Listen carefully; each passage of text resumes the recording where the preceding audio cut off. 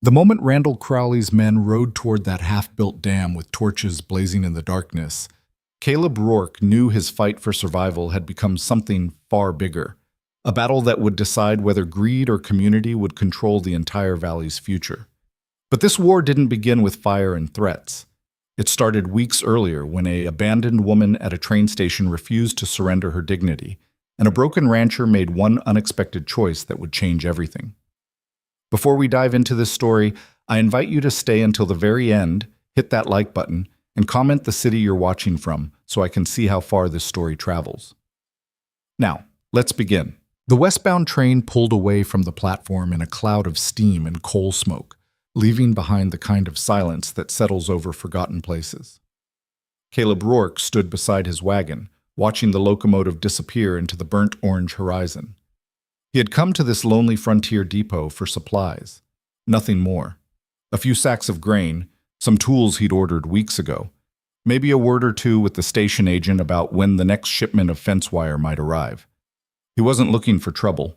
He wasn't looking for anything except a way to keep his dying ranch alive for another season. But sometimes trouble doesn't wait to be found. At the far end of the weathered wooden platform, partially hidden in the lengthening shadows, sat a woman beside a battered leather trunk. She wore a dark traveling dress that had seen better days, her hair pinned back in a style that spoke of Eastern propriety struggling to maintain itself in Western dust. Her hands rested folded in her lap with a stillness that seemed almost defiant. She was alone. Completely alone. Caleb had noticed her when he first arrived an hour ago. Back then, she'd been standing near the ticket window, scanning the dirt road that led into town with an expression caught somewhere between hope and apprehension. Now that hope had clearly died, replaced by something harder, a kind of dignified refusal to acknowledge defeat. "Ma'am, still waitin'?" Caleb asked the station agent, a weathered man named Polk who'd been working this depot since before the rails even reached this far west. Polk glanced toward the woman and lowered his voice, though she was far enough away that she couldn't possibly hear. "Mail-order bride came all the way from Pennsylvania."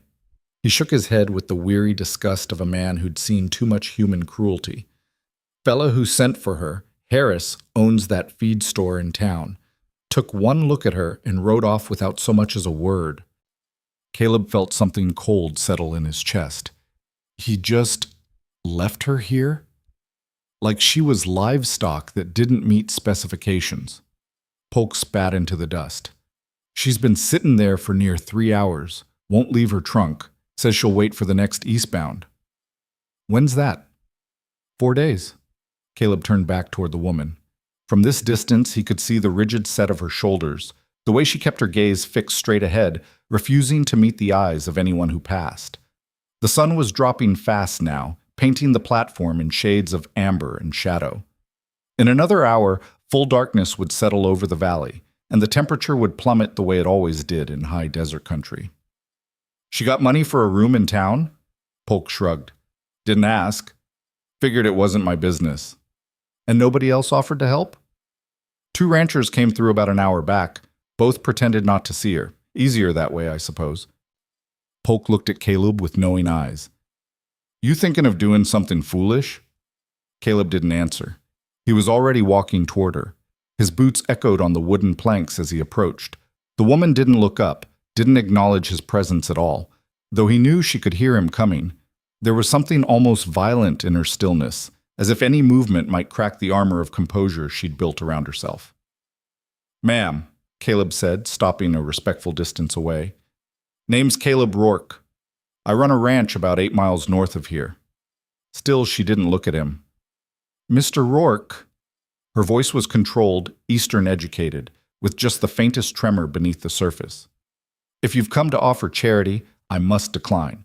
I'm perfectly capable of managing my own affairs."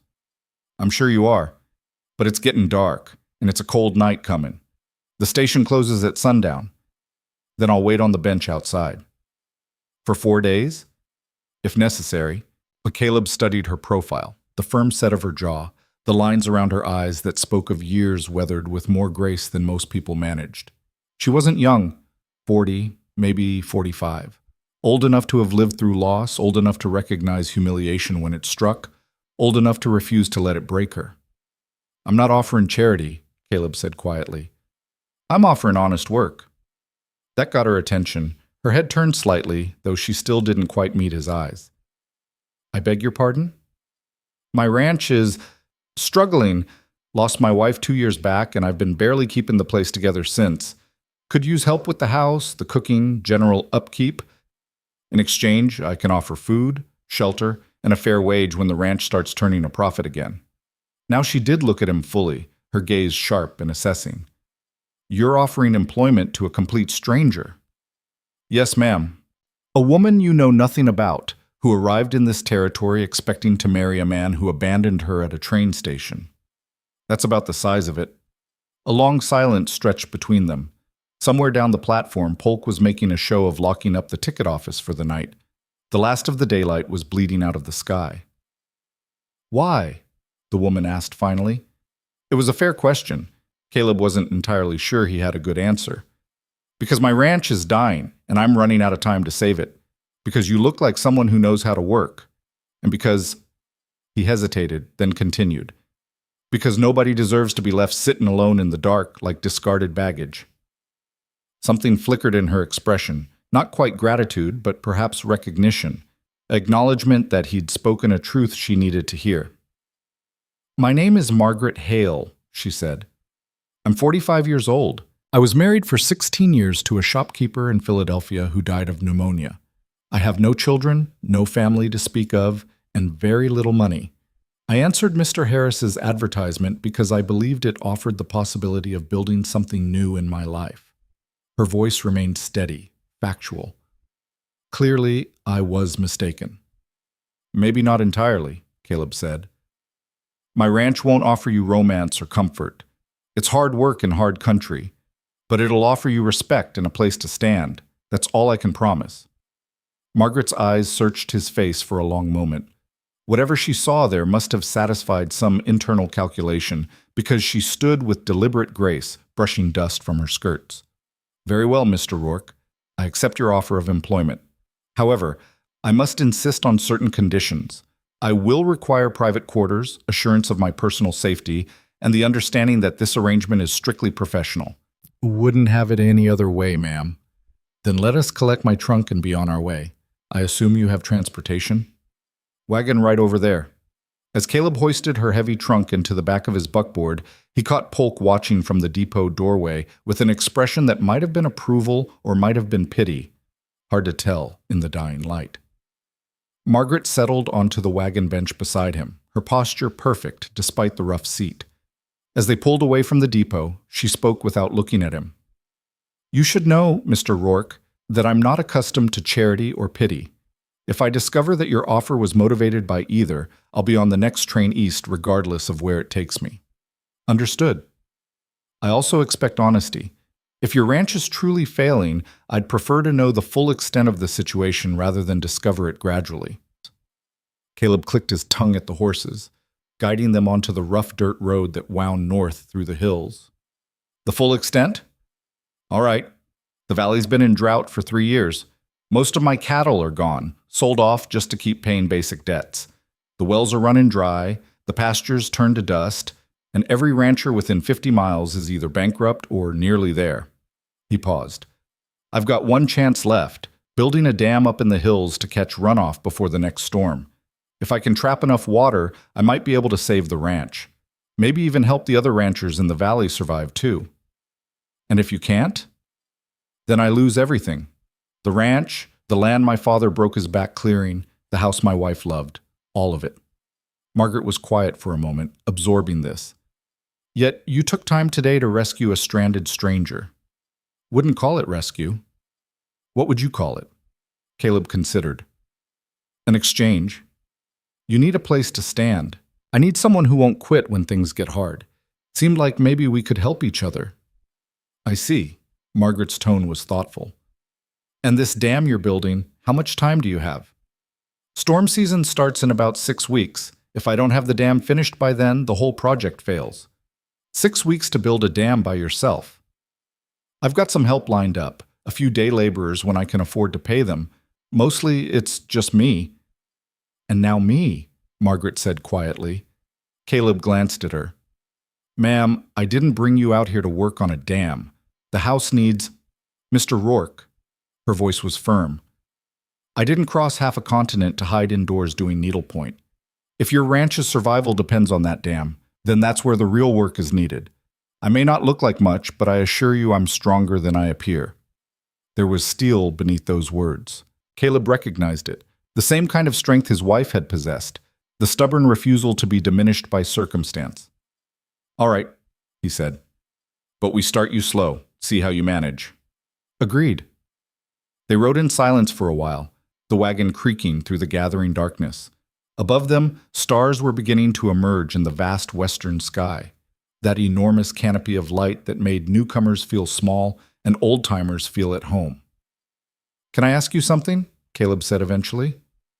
You may. Why'd you really answer Harris's advertisement? A woman like you, educated, proper, could have found work back east. Didn't have to come all the way out here to marry a stranger. Margaret was quiet for so long he thought she might not answer. When she finally spoke, her voice carried a weight of old grief. After my husband died, I discovered he'd left considerable debts. The shop was sold, along with nearly everything we owned. I spent 3 years working as a seamstress, barely earning enough to pay for a rented room. Every morning I woke up in that cramped space, looked in the mirror, and saw my life growing smaller. She paused. When I saw Mr. Harris's advertisement, describing his need for a capable wife to help build a new life in frontier territory, I thought perhaps I could exchange one kind of survival for another. At least here, the suffering would have purpose.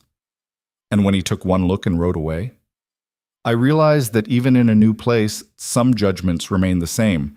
A 45-year-old widow with worn hands and no fortune is simply inconvenient, regardless of geography.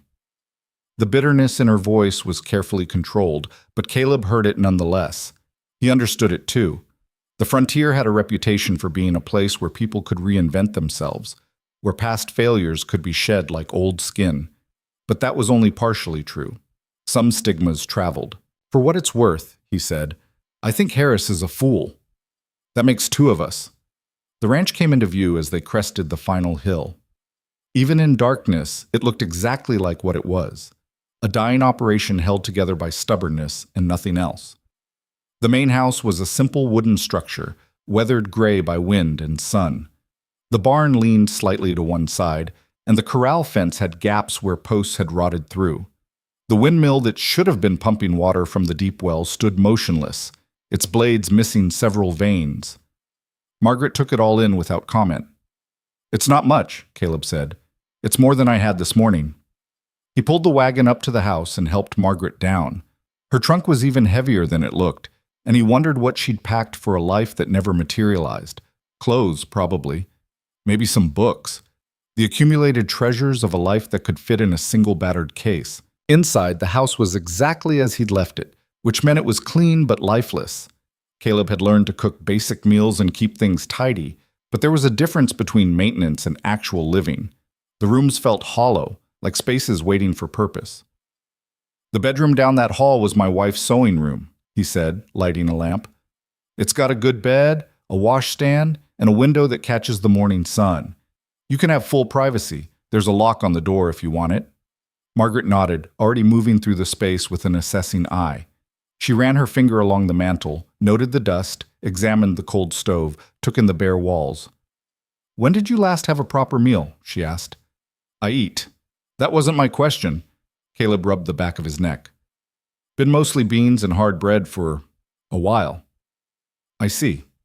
And the kitchen stores? Basic supplies, flour, salt, some dried meat. Not much else. Margaret removed her traveling coat and hung it on a peg by the door with the decisive air of someone claiming territory. Then tomorrow, I'll need to take inventory and make a list of necessities. For tonight, I'll prepare whatever can be managed from what's available. You'll eat a proper supper before you sleep. Ma'am, you just traveled for… Mr. Rourke. She looked at him with an expression that brooked no argument. You offered me employment. I'm employed. That means I work. Now, if you'll show me where things are kept, I'll get started. Caleb found himself doing exactly that, moving through the kitchen, showing her where he kept the meager supplies, the cooking implements, the spare lamp oil. Margaret absorbed every detail with sharp attention, already reorganizing in her mind how things should be arranged.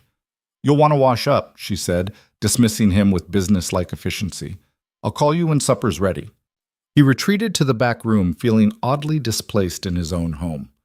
Through the thin walls, he could hear Margaret moving around the kitchen with purpose. The rattle of pots, the strike of a match, the soft sounds of someone who knew exactly what they were doing.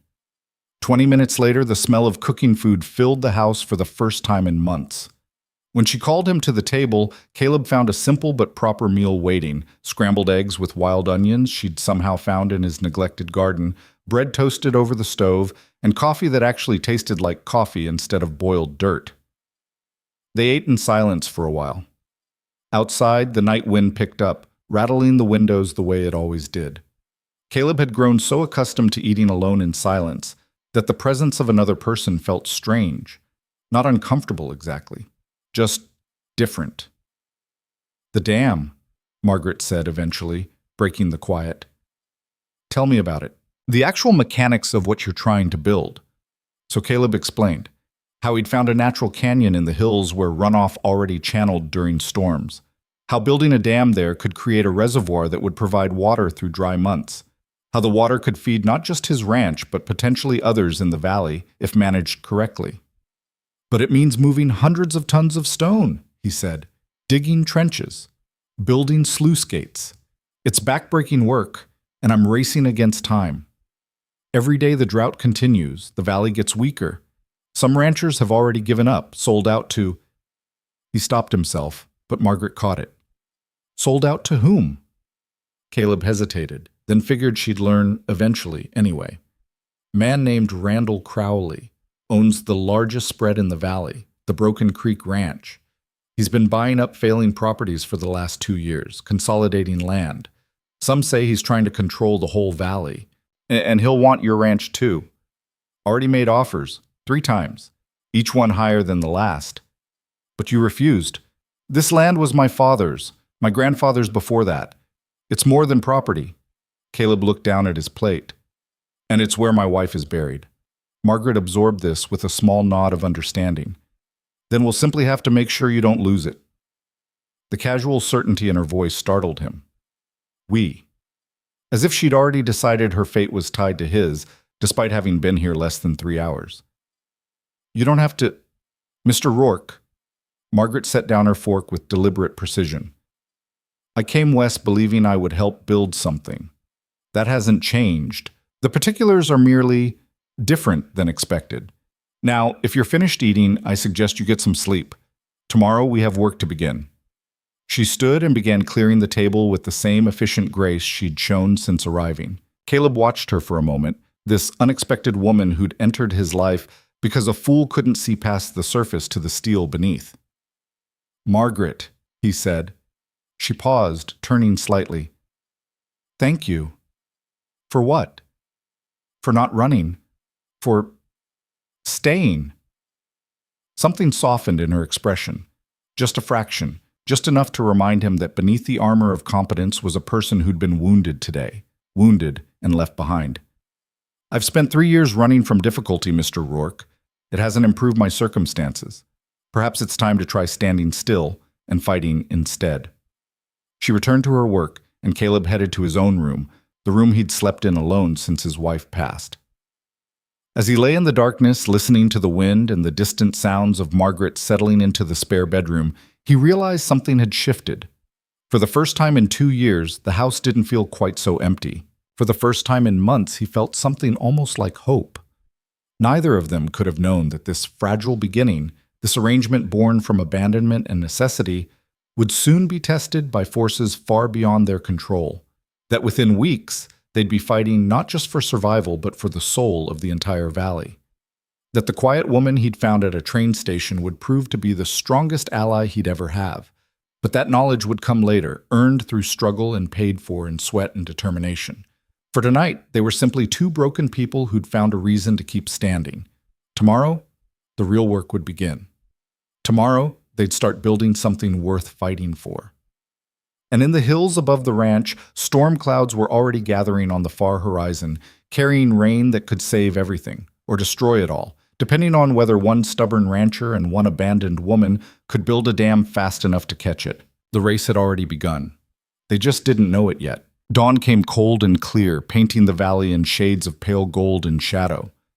Caleb woke to the smell of coffee, real coffee, strong and dark, and the sound of someone moving efficiently through the kitchen. For a disoriented moment, he thought Sarah was alive again, that the last 2 years of grief had been nothing but a nightmare. Then reality settled back into place, heavy and familiar. He found Margaret already dressed in a simpler work dress, her hair pinned back severely, standing at the stove with her sleeves rolled up. She'd found his wife's old apron hanging in the pantry and wore it without asking, without sentiment, simply because it was practical. "There's breakfast," she said without turning around. "Eat while it's hot. Then you can show me this dam of yours."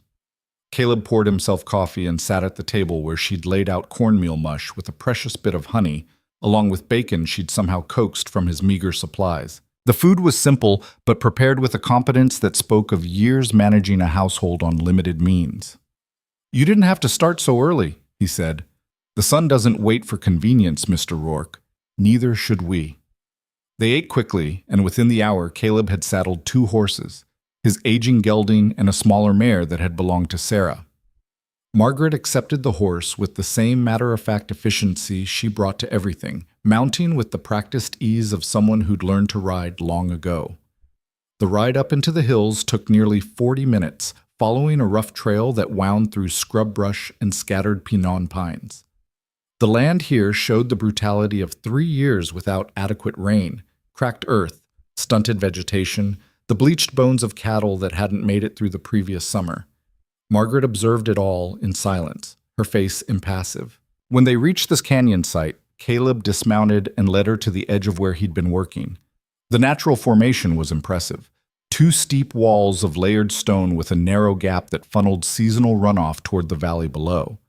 He'd already begun building the foundation of the dam, a massive wall of stacked rock and packed earth designed to span the gap and create a reservoir in the wider canyon behind it.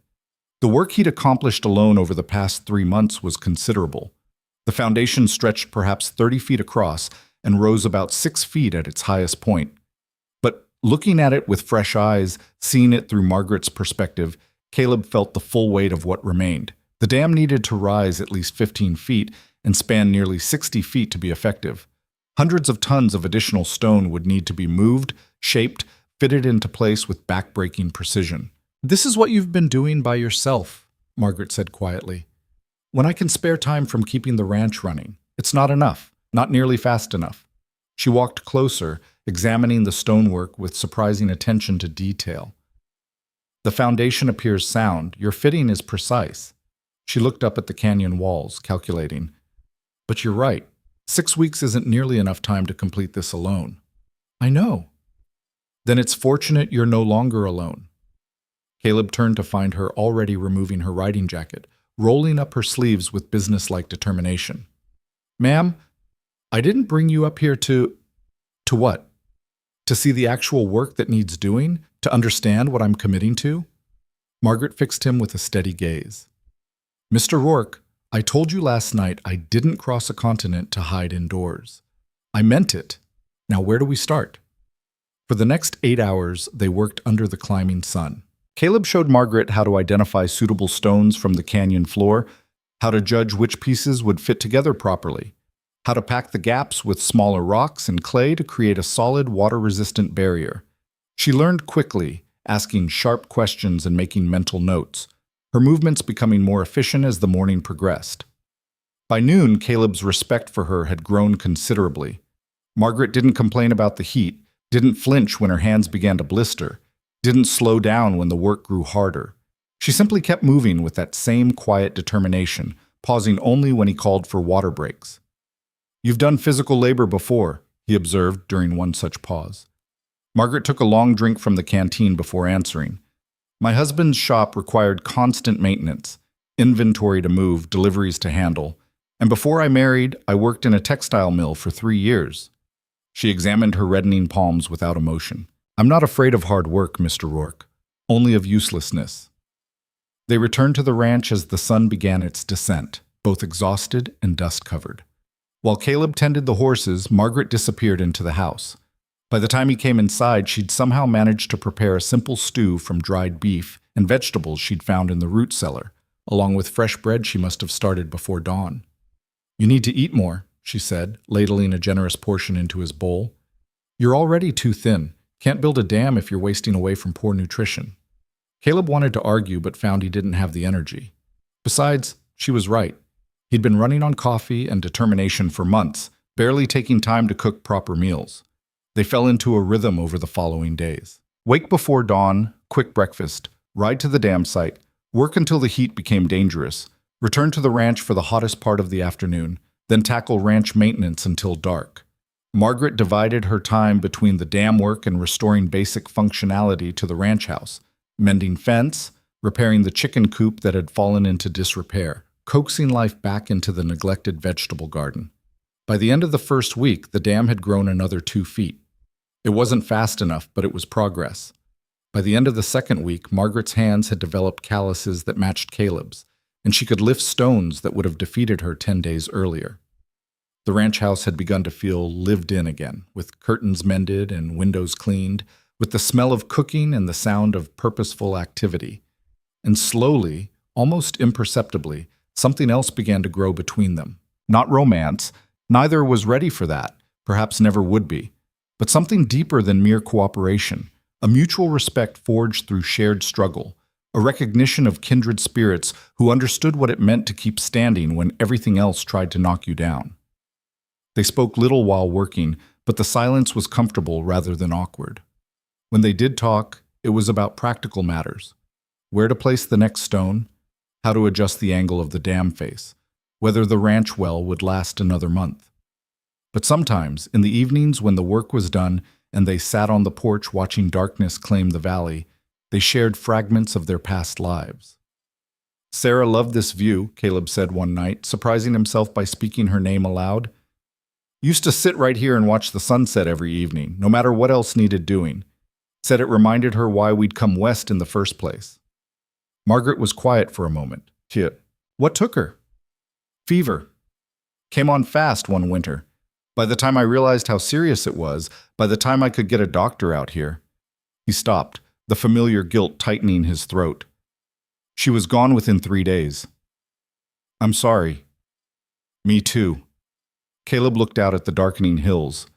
"Afterwards, I kept thinking if I'd just done something different, been more careful, noticed sooner. But Sarah wouldn't have wanted that, wouldn't have wanted me eating myself alive with guilt. She'd have told me to get back to work, to keep the ranch going, to honor what we'd built by not letting it die." "But you've been dying anyway," Margaret said softly. "Just more slowly." It was true, and Caleb couldn't deny it. "What about your husband? You said he died of pneumonia." "He did. 3 days after our 16th anniversary." Margaret's voice was steady, factual. "Thomas was a good man, kind, steady, reliable. Not passionate or romantic, but dependable. For 16 years we built a comfortable life together. When he died, I discovered that comfort had been an illusion. The debts he'd hidden, the poor business decisions, the loans against our future that I'd known nothing about. He didn't tell you. Thomas believed in protecting me from unpleasant realities. He thought he was being noble." She paused.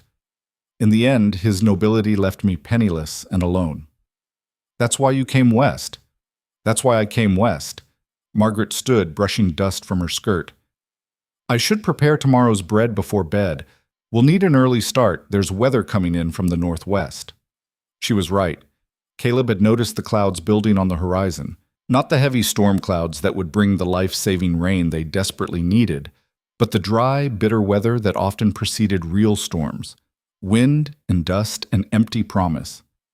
The weather broke 2 days later with a vengeance. Wind screamed down from the mountains, carrying stinging clouds of grit that made outdoor work nearly impossible. Caleb and Margaret retreated to the barn, using the enforced break to repair tack and mend tools, working by lamplight while the storm raged outside. "How often does this happen?" Margaret asked, raising her voice above the wind. "This time of year? 2, maybe 3 times before the real rains come. If they come. And if they don't, Caleb didn't answer immediately. Finally, he said, "Then we've got maybe 6 months before the deep wells run dry. After that," he shrugged, "valley becomes uninhabitable. Everyone loses everything." Margaret absorbed this in silence, her hands continuing to work on the harness she was mending. "Then we'd better make sure that dam is finished in time." The storm blew itself out by evening, leaving behind a landscape scoured clean and even drier than before. The next morning, they returned to the dam site to find that wind had scattered some of their carefully placed stones and filled working areas with drifted sand. It took most of the day just to restore what they'd lost. That night, Caleb sat at the kitchen table doing calculations on a scrap of paper while Margaret prepared supper. The numbers weren't encouraging. At their current pace, even with Margaret's help, they'd be lucky to have the dam 2/3 complete before storm season arrived. 2/3 wouldn't be enough. The water would simply pour over the unfinished sections, accomplishing nothing. "We need more hands," he said aloud. Margaret turned from the stove. "Can you hire them?" "Not enough money. I've got maybe enough to pay for one man, 1 day a week, if I skip other necessities." He threw down the pencil in frustration. "And most of the available workers in the valley have already been hired by Crowley for his own projects." This man Crowley. Margaret brought coffee to the table and sat across from him. "Tell me more about him." So Caleb explained. Randall Crowley had arrived in the valley 5 years ago with seemingly unlimited resources and ruthless ambition. While other ranchers struggled through the drought, Crowley had drilled deeper wells, bought up water rights, consolidated failing properties into his expanding empire. He'd built his Broken Creek Ranch into the largest operation for 200 miles. "Some folks say he's just a smart businessman," Caleb said, taking advantage of opportunity. "Others think he's deliberately engineering the crisis, making the drought worse so he can buy out desperate ranchers for pennies on the dollar." "And you? What do you think?" "I think he's offered to buy my land 3 times, and each time his men have seemed a little less friendly about asking. I think cattle from struggling ranches keep mysteriously dying or disappearing. I think wells that should have years of water left suddenly run dry overnight." Caleb met her eyes. "I think Crowley wants to own the entire valley, and he doesn't much care how he gets it. Would this dam of yours threaten his control? It would prove you don't need his water to survive. Would show other ranchers there's another way besides selling out to him." Caleb leaned back in his chair. "If the dam works, if it catches enough runoff to sustain multiple ranches through dry seasons, then Crowley loses his leverage. His empire stops growing." Margaret considered this carefully. "Then he'll try to stop you." "Probably. Yet you're building it anyway. What choice do I have? Sell out and watch everything my family built disappear into Crowley's holdings? Let the valley die because one man wants to own it all?" Caleb shook his head. "I'd rather fail fighting than succeed at surrendering." A small smile touched Margaret's lips. "We have that in common, Mr. Rourke." The following morning brought unexpected visitors. Caleb was repairing a section of corral fence when he heard horses approaching, 3 riders moving at an easy pace down the ranch road. He recognized them immediately. Crowley's foreman, Wade Brennan, flanked by 2 ranch hands. Brennan was a hard man in his 40s, weathered by sun and made cruel by years of doing Crowley's dirty work. He sat his horse with the casual arrogance of someone accustomed to intimidating people. Margaret emerged from the house as the riders approached, wiping her hands on her apron. Caleb caught her eye and gave a small shake of his head, a warning to be careful. "Rourke," Brennan called out without dismounting. "Heard you picked up some help. Didn't realize you were desperate enough to import it from back east." "What do you want, Brennan?" "Just being neighborly. Thought we should welcome the lady to the valley." Brennan's smile didn't reach his eyes. "Though I'm surprised a woman of quality would want to waste her time on a failing ranch when better opportunities exist." "Better opportunities?" Margaret asked, her voice carefully neutral. "Mr. Crowley's always looking for capable household staff. Good wages, secure employment, comfortable quarters." Brennan looked her up and down in a way that made Caleb's hands curl into fists. "Better than breaking your back helping this stubborn fool throw good effort after bad." "How thoughtful," Margaret said with perfect Eastern politeness. "However, I'm quite satisfied with my current position. For now, maybe, but winter's coming and this ranch won't survive it." When Rourke here finally accepts reality and sells out, you'll be looking for new employment anyway. Might as well get ahead of things. I'll keep that in mind. Margaret's tone made it clear the conversation was over. Now, if you gentlemen will excuse me, I have work to attend to. She turned and walked back toward the house with perfect dignity, refusing to be hurried or intimidated. Caleb watched Brennan's expression darken at the dismissal. You should reconsider Mr. Crowley's offer, Brennan said, his attention returning to Caleb. The price is fair, more than fair given current conditions, and opportunities to sell won't last forever. I've already given my answer, multiple times. People change their minds, especially when circumstances get difficult. Brennan leaned forward in his saddle. Word of advice, Rourke. That dam project you're working on up in the hills, that's on land where runoff naturally flows to Crowley property. Building it constitutes theft of water resources. That's horseshit and you know it. The canyon's on my land and runoff belongs to whoever captures it first. Mr. Crowley's lawyers might disagree, and lawyers can make life very expensive, very complicated. Brennan straightened. Just something to think about. The three riders turned and headed back down the road at a leisurely pace, making it clear they weren't afraid or in any hurry. Caleb stood watching them until they disappeared over the ridge, anger and worry warring in his chest. Margaret reappeared beside him, her earlier politeness replaced by sharp concern. That was a threat. Yes. They'll try to stop the dam.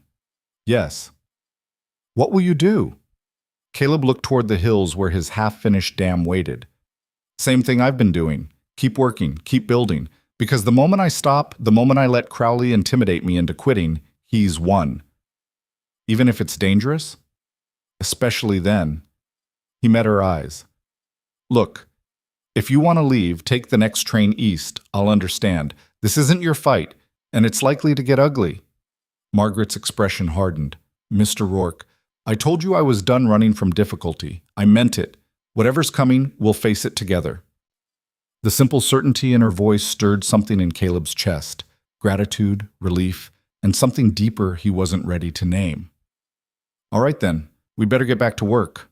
We've got even less time than I thought. Over the next 2 weeks, they pushed themselves harder than ever.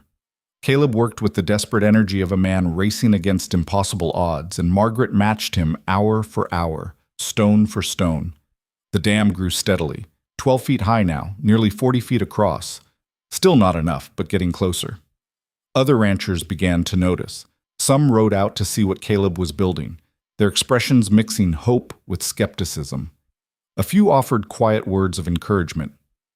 One older rancher named Tom Fletcher even spent a full day helping with the heavy work before returning to his own struggling operation. If you pull this off, Fletcher said before leaving, you might just save the whole valley. But watch yourself, Rourke. Crowley won't sit idle while you threaten his plans. Fletcher's warning proved prophetic sooner than expected. 3 nights later, Caleb woke to the sound of cattle bellowing in distress.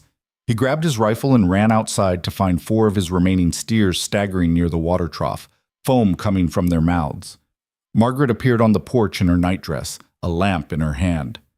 Stay back, Caleb ordered, moving carefully toward the animals.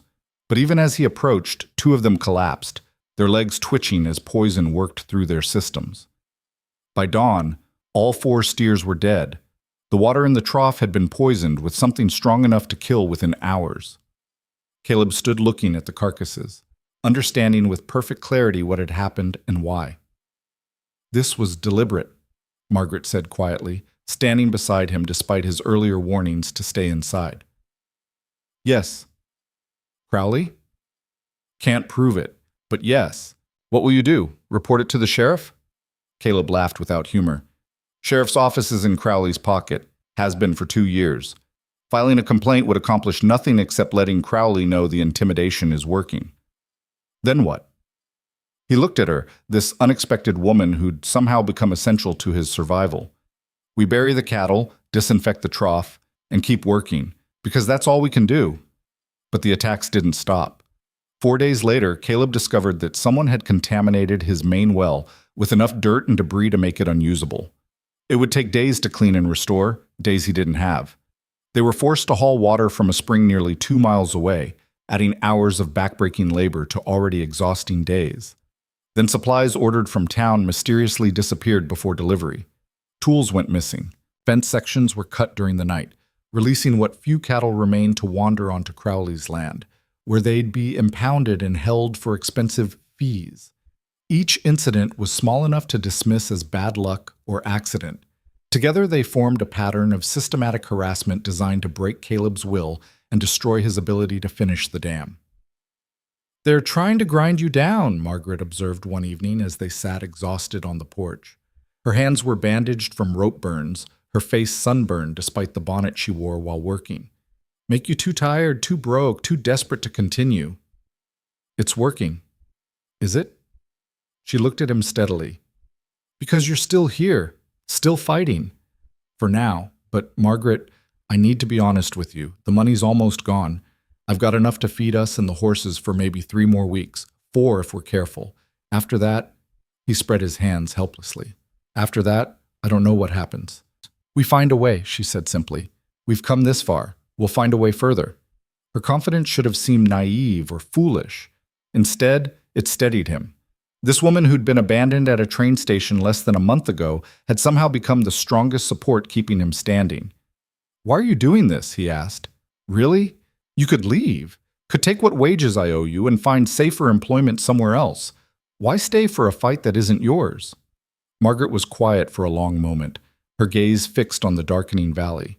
When she finally spoke, her voice carried the weight of old pain and hard-won wisdom. "Because for 3 years after my husband died, I survived by making myself small, by taking the safest path, the easiest option, by never risking anything that might make my situation worse. And you know what that survival cost me? Everything.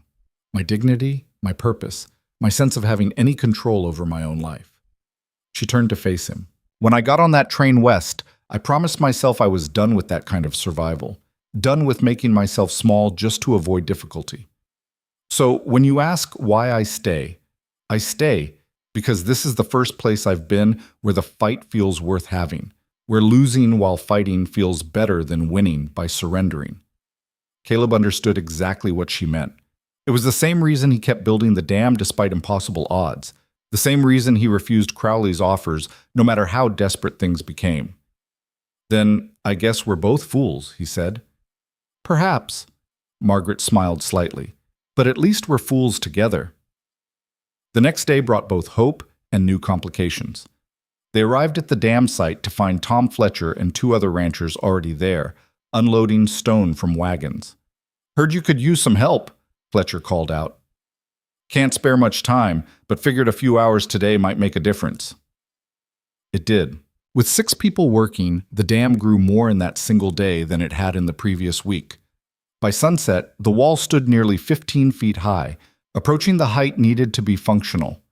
For the first time, Caleb allowed himself to believe completion might actually be possible. But that fragile hope shattered 2 nights later when he and Margaret returned from town to find hoofprints circling the ranch house and a note nailed to the front door. The message was brief and unmistakable. "Last warning. Sell or face consequences. You've been shown mercy. It ends now." Margaret read it over his shoulder, her face pale but her voice steady. "They're escalating." "Yes." "When will they come?" "Soon." Caleb crumpled the note in his fist. "Maybe tonight. Maybe tomorrow. But soon. Then we'd better be ready." They spent that night preparing. Caleb checked his rifle, made sure ammunition was accessible, positioned buckets of water around the house in case of fire. Margaret moved through the rooms with grim efficiency, securing shutters and creating makeshift barriers. Neither slept much, taking turns watching from darkened windows while the other rested fitfully. But the attack didn't come that night or the next. The waiting became its own form of torture, stretching nerves to breaking point. Every sound, every shadow, could be the beginning of violence. Still, they kept working, kept building, because stopping would mean Crowley had won without having to fire a shot. The dam reached 17 feet, 3/4 complete. Close enough now that Caleb could visualize the finished structure, could imagine water filling the reservoir behind it, could see the valley transform from dying grassland into sustainable ranch country. So close. But time was running out, and storm clouds had begun gathering on the western horizon. The real storms this time, heavy with the rain that could either save them or destroy their incomplete dam before it could fulfill its purpose. And somewhere out there, Crowley's patience was reaching its end. The crisis was coming. The final confrontation that would decide everything. Caleb could feel it approaching like thunder on a distant horizon, inevitable and destructive. The only question was whether his dam and his resolve would be strong enough to survive what was coming. He looked at Margaret working beside him in the fading light, this woman who'd appeared in his life like an answer to a prayer he'd been too broken to speak. She'd promised they'd face whatever came together. He just hoped that promise wouldn't cost her everything. The sun set over the valley in shades of crimson and gold, beautiful and terrible, like the calm before a storm that would change everything forever. The storm Caleb had been watching finally broke 3 days later, but not the way he'd hoped. Instead of the heavy, sustained rain the valley desperately needed, it came as a violent squall, fierce wind and sporadic downpours that lasted barely an hour before moving on, leaving behind just enough moisture to mock their thirst without satisfying it. He stood at the dam site watching water trickle through the canyon, a pathetic stream where there should have been a torrent. The reservoir basin behind their nearly complete wall remained stubbornly dry, the cracked earth drinking up what little runoff reached it before any meaningful accumulation could occur. "We need a real storm," Margaret said beside him, stating the obvious because sometimes the truth needed to be spoken aloud. "Something that lasts for days, not hours. And we need this dam finished before it comes." Caleb gestured at the remaining gap in the wall, a section perhaps 8 feet wide where the structure remained incomplete. "If a major storm hits before we close that gap, the water will just pour through. All this work for nothing. Then we close it. Today, tomorrow, however long it takes." Her determination would have been admirable if the situation weren't so desperate. They'd been working 18-hour days for weeks now, and exhaustion had carved deep lines into both their faces. Caleb's hands were a mass of cuts and calluses, and Margaret moved with the stiff, careful movements of someone whose body was operating beyond its limits. "Margaret, we're running on fumes. One more day like yesterday and we'll what? Quit?" She turned on him with rare anger flashing in her eyes. "Is that what you're suggesting, Mr. Rourke? That we simply give up when we're this close?" "I'm suggesting we might not have a choice. We're out of money, almost out of food, and your hands are bleeding through the bandages again." "My hands are fine." "They're not fine, and you know it. Neither of us is fine. We're destroying ourselves for a project that might not even work, that Crowley will probably sabotage anyway, and—" "Stop!" Margaret's voice cut through his spiral of despair like a knife. "Stop right now. Yes, we're tired. Yes, the odds are terrible. Yes, everything might fail, but the moment you start talking yourself into defeat is the moment it becomes inevitable." She stepped closer, her sunburned face fierce with conviction. "We finish this dam, together, or we fail finishing it, but we don't quit before we've given it everything we have." Caleb wanted to argue, wanted to point out all the practical reasons why continuing was foolish. But looking at her, this woman who'd been abandoned and discarded and had still found the strength to keep fighting, he realized she was right. They'd come too far to surrender now. "All right," he said quietly. "We finish it." They worked through that day and into the next with grim determination, fitting stones with aching precision, packing gaps with clay and smaller rocks, building the wall higher and wider until their hands shook too badly to continue. Tom Fletcher returned with 2 of his ranch hands, working silently beside them for precious hours before exhaustion or their own obligations forced them to leave. By the evening of the second day, the gap had narrowed to less than 4 feet. Close. So desperately close. "One more day," Caleb said as they rode back to the ranch under a sky heavy with unfulfilled clouds. "Maybe 2. Then it's done." Margaret nodded but didn't speak. She was beyond words now, operating on pure stubborn will. At the ranch, she somehow found the energy to prepare a simple meal while Caleb tended the horses. They ate in exhausted silence, too tired even for their usual evening conversation. Caleb was considering whether he had the strength to make it to his bedroom when the sound of approaching horses jerked him alert. Multiple riders. Moving fast. He grabbed his rifle and moved to the window, Margaret right behind him. Through the gathering darkness, he could make out 6 horsemen approaching at a gallop, their faces shadowed but their intent unmistakable. "Get away from the windows," Caleb ordered. "I'm not hiding while— Margaret, please." Something in his voice made her retreat toward the kitchen, though she grabbed a heavy iron poker from beside the stove, her face set with determination. The riders pulled up in the yard, their horses stamping and blowing. Caleb recognized Wade Brennan immediately, along with 5 other men from Crowley's operation. Brennan held a torch, its flames casting dancing shadows across his hard features.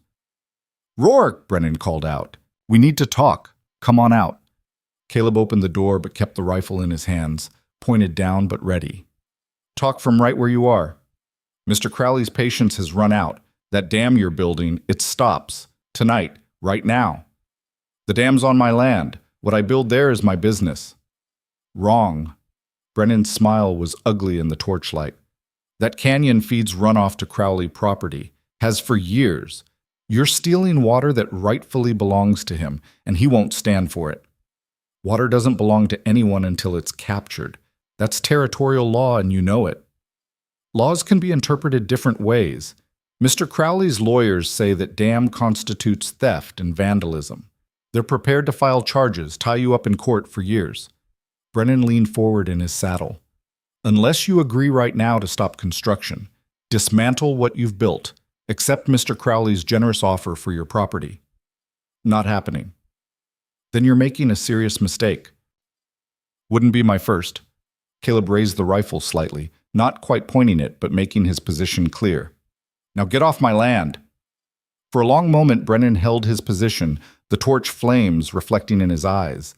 Then he smiled, a terrible expression that promised violence delayed, not prevented.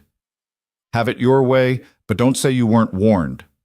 The riders wheeled their horses and galloped back into the darkness, leaving behind only hoofprints and the smell of burning pitch. Caleb stood in the doorway long after they'd disappeared, his heart hammering against his ribs. Margaret appeared beside him. "They'll be back." "I know. And next time they won't just talk." "I know that too." He finally lowered the rifle, his arms trembling with more than just fatigue. "Margaret, you should leave. First thing tomorrow, take the wagon to town and catch the next train. I've got enough money left to—" "Mr. Rourke," her voice was steel wrapped in silk. "We've had this conversation. I'm not leaving. So you can either waste your breath trying to convince me, or we can focus on what actually matters, finishing that dam before Crowley's men come back." There was no point arguing. Caleb had learned that much about Margaret over the past weeks. Once she'd made a decision, earthquake and flood couldn't shake her from it. "Then we work through the night," he said. "Every hour might matter now." They snatched a few hours of sleep, then rose well before dawn and rode to the dam site by lamplight. The work went slowly in darkness, but they couldn't afford to wait for sunrise. Every stone placed now was one more defense against whatever Crowley had planned. As the sun finally broke over the eastern hills, painting the canyon in shades of amber and gold, Caleb paused to assess their progress. The gap had narrowed to perhaps 3 feet, small enough that a determined man could probably leap across it, but still wide enough to let water pour through uselessly if a storm came. "We can close it today," Margaret said, following his gaze. "If we push hard enough.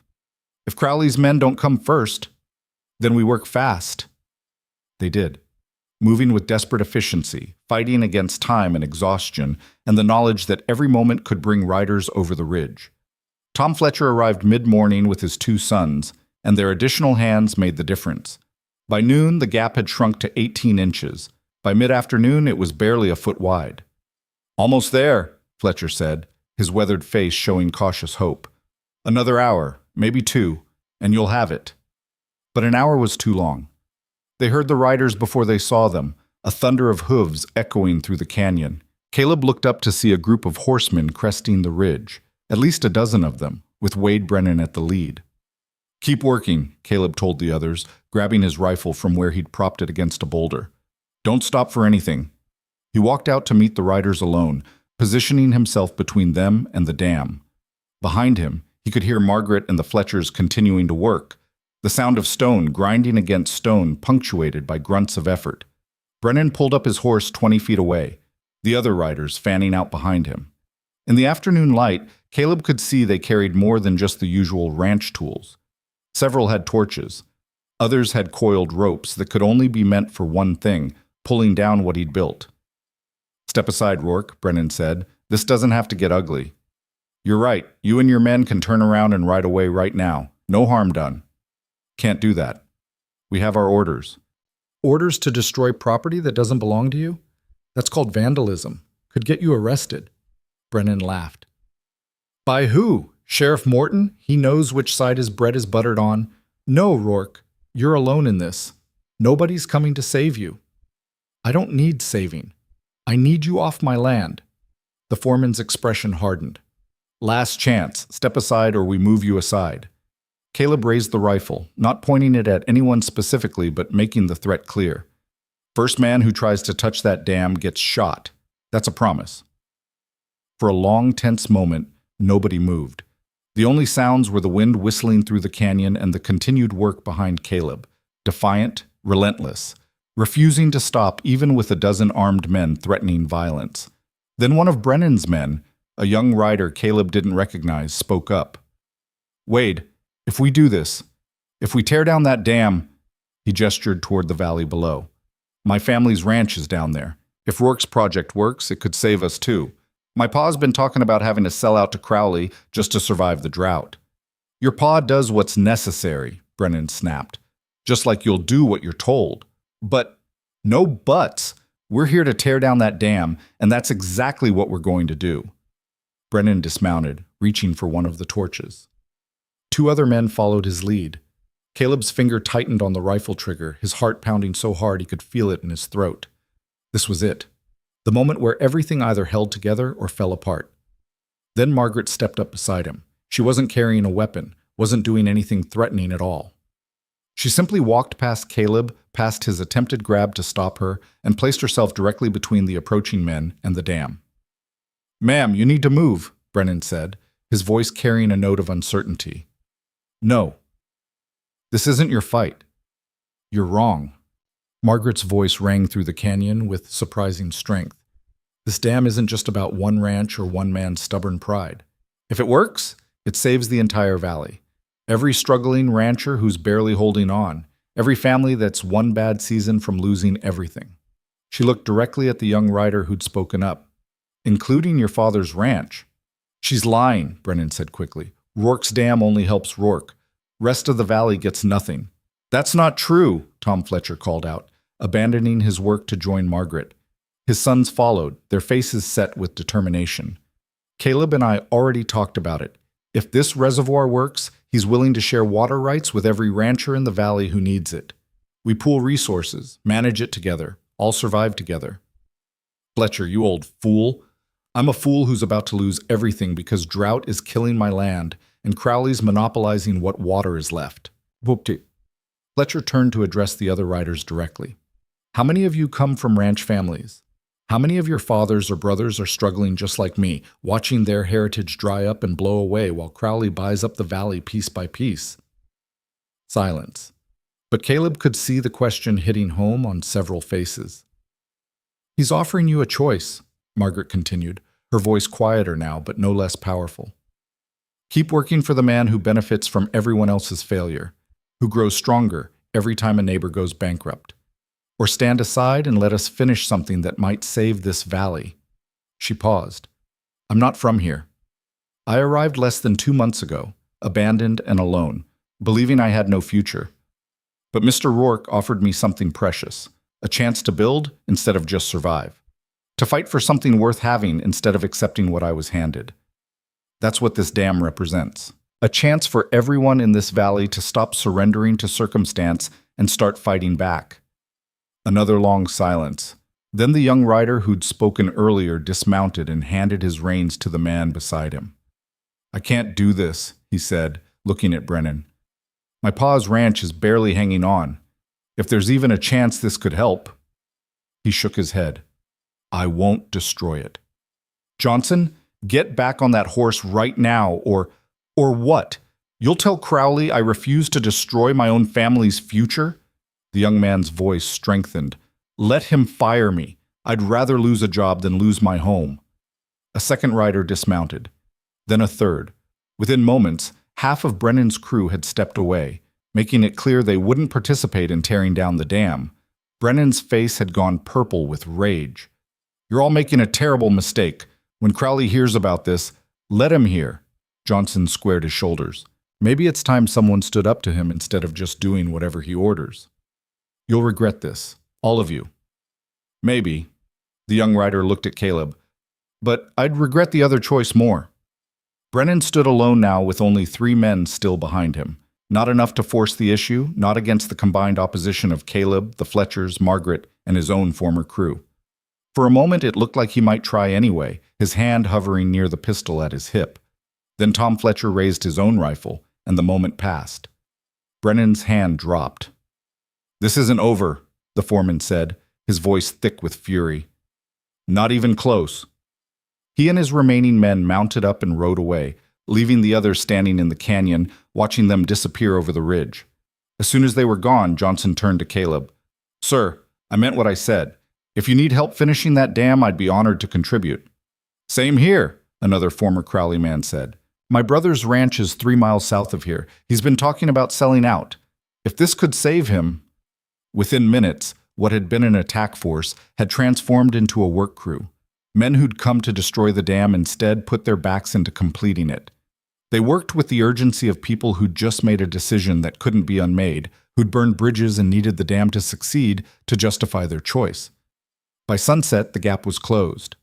The dam stood complete, 18 feet of carefully fitted stone stretching 60 feet across the canyon, creating a barrier that would capture and hold the runoff that had been washing uselessly through the valley for generations.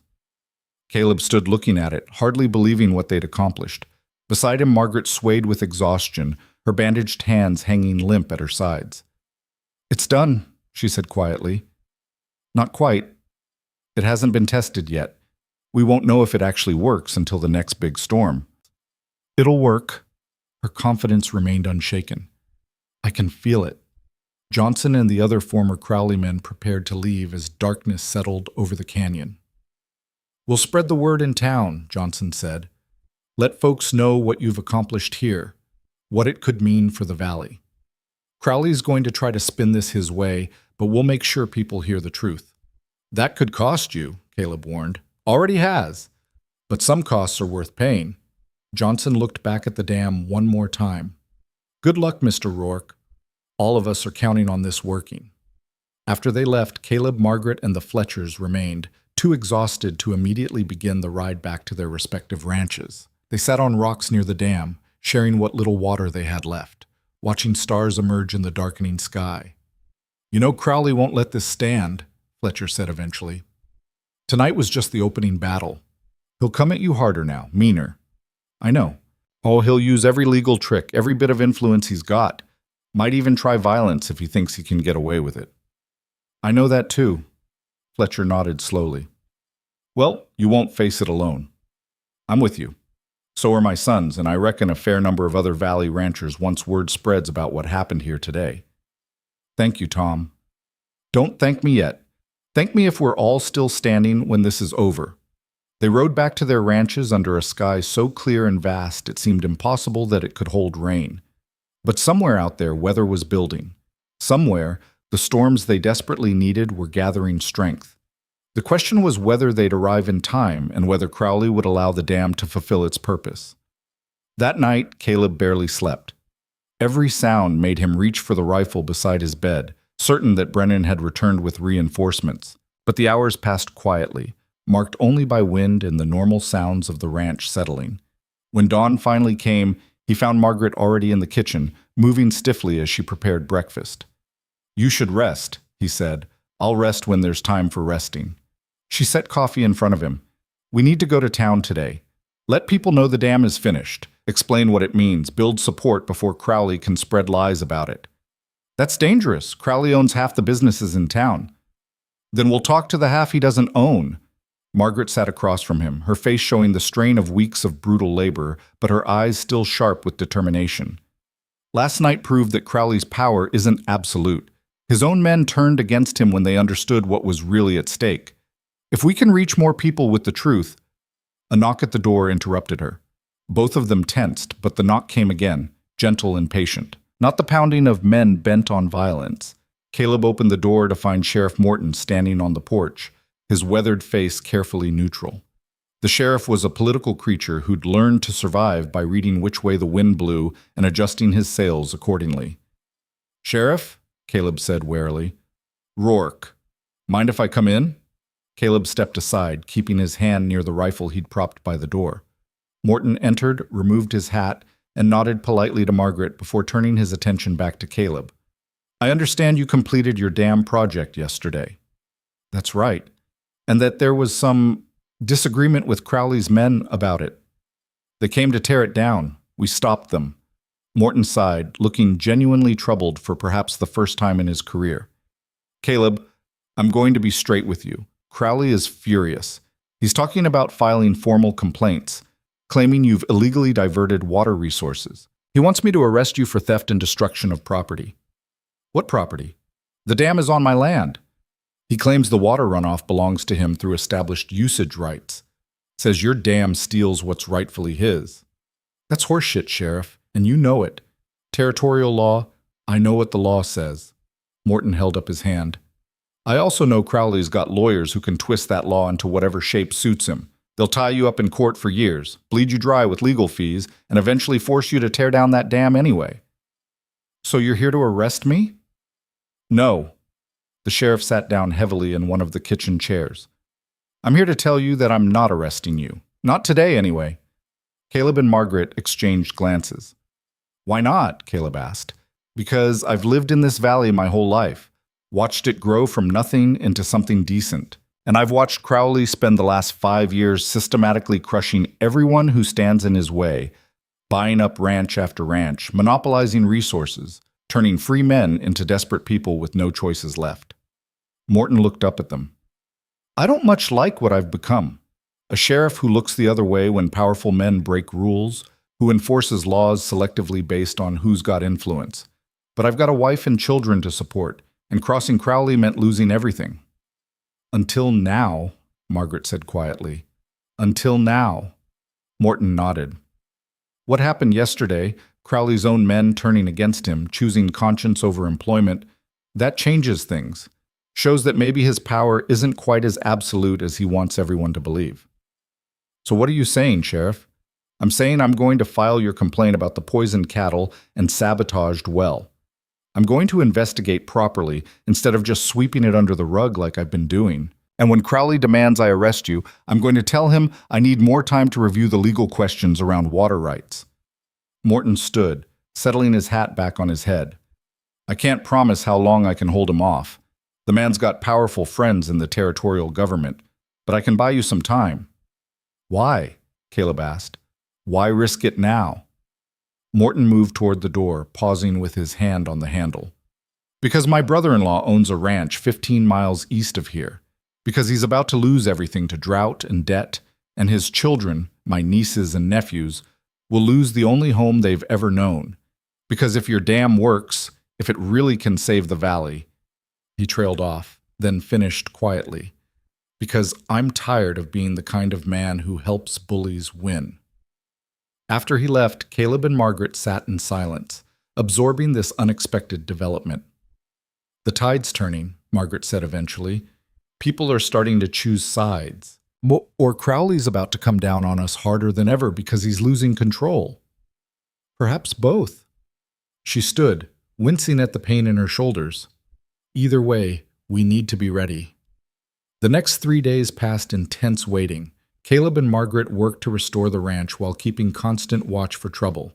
Tom Fletcher stopped by with news that word of the dam had spread through the valley, creating conversations in every general store and saloon, heated debates about water rights, about Crowley's power, about whether one man should control resources that everyone needed.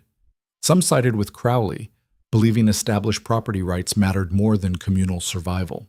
But others, particularly struggling ranchers who saw the dam as their last hope, began speaking openly about standing with Caleb if Crowley tried to force the issue.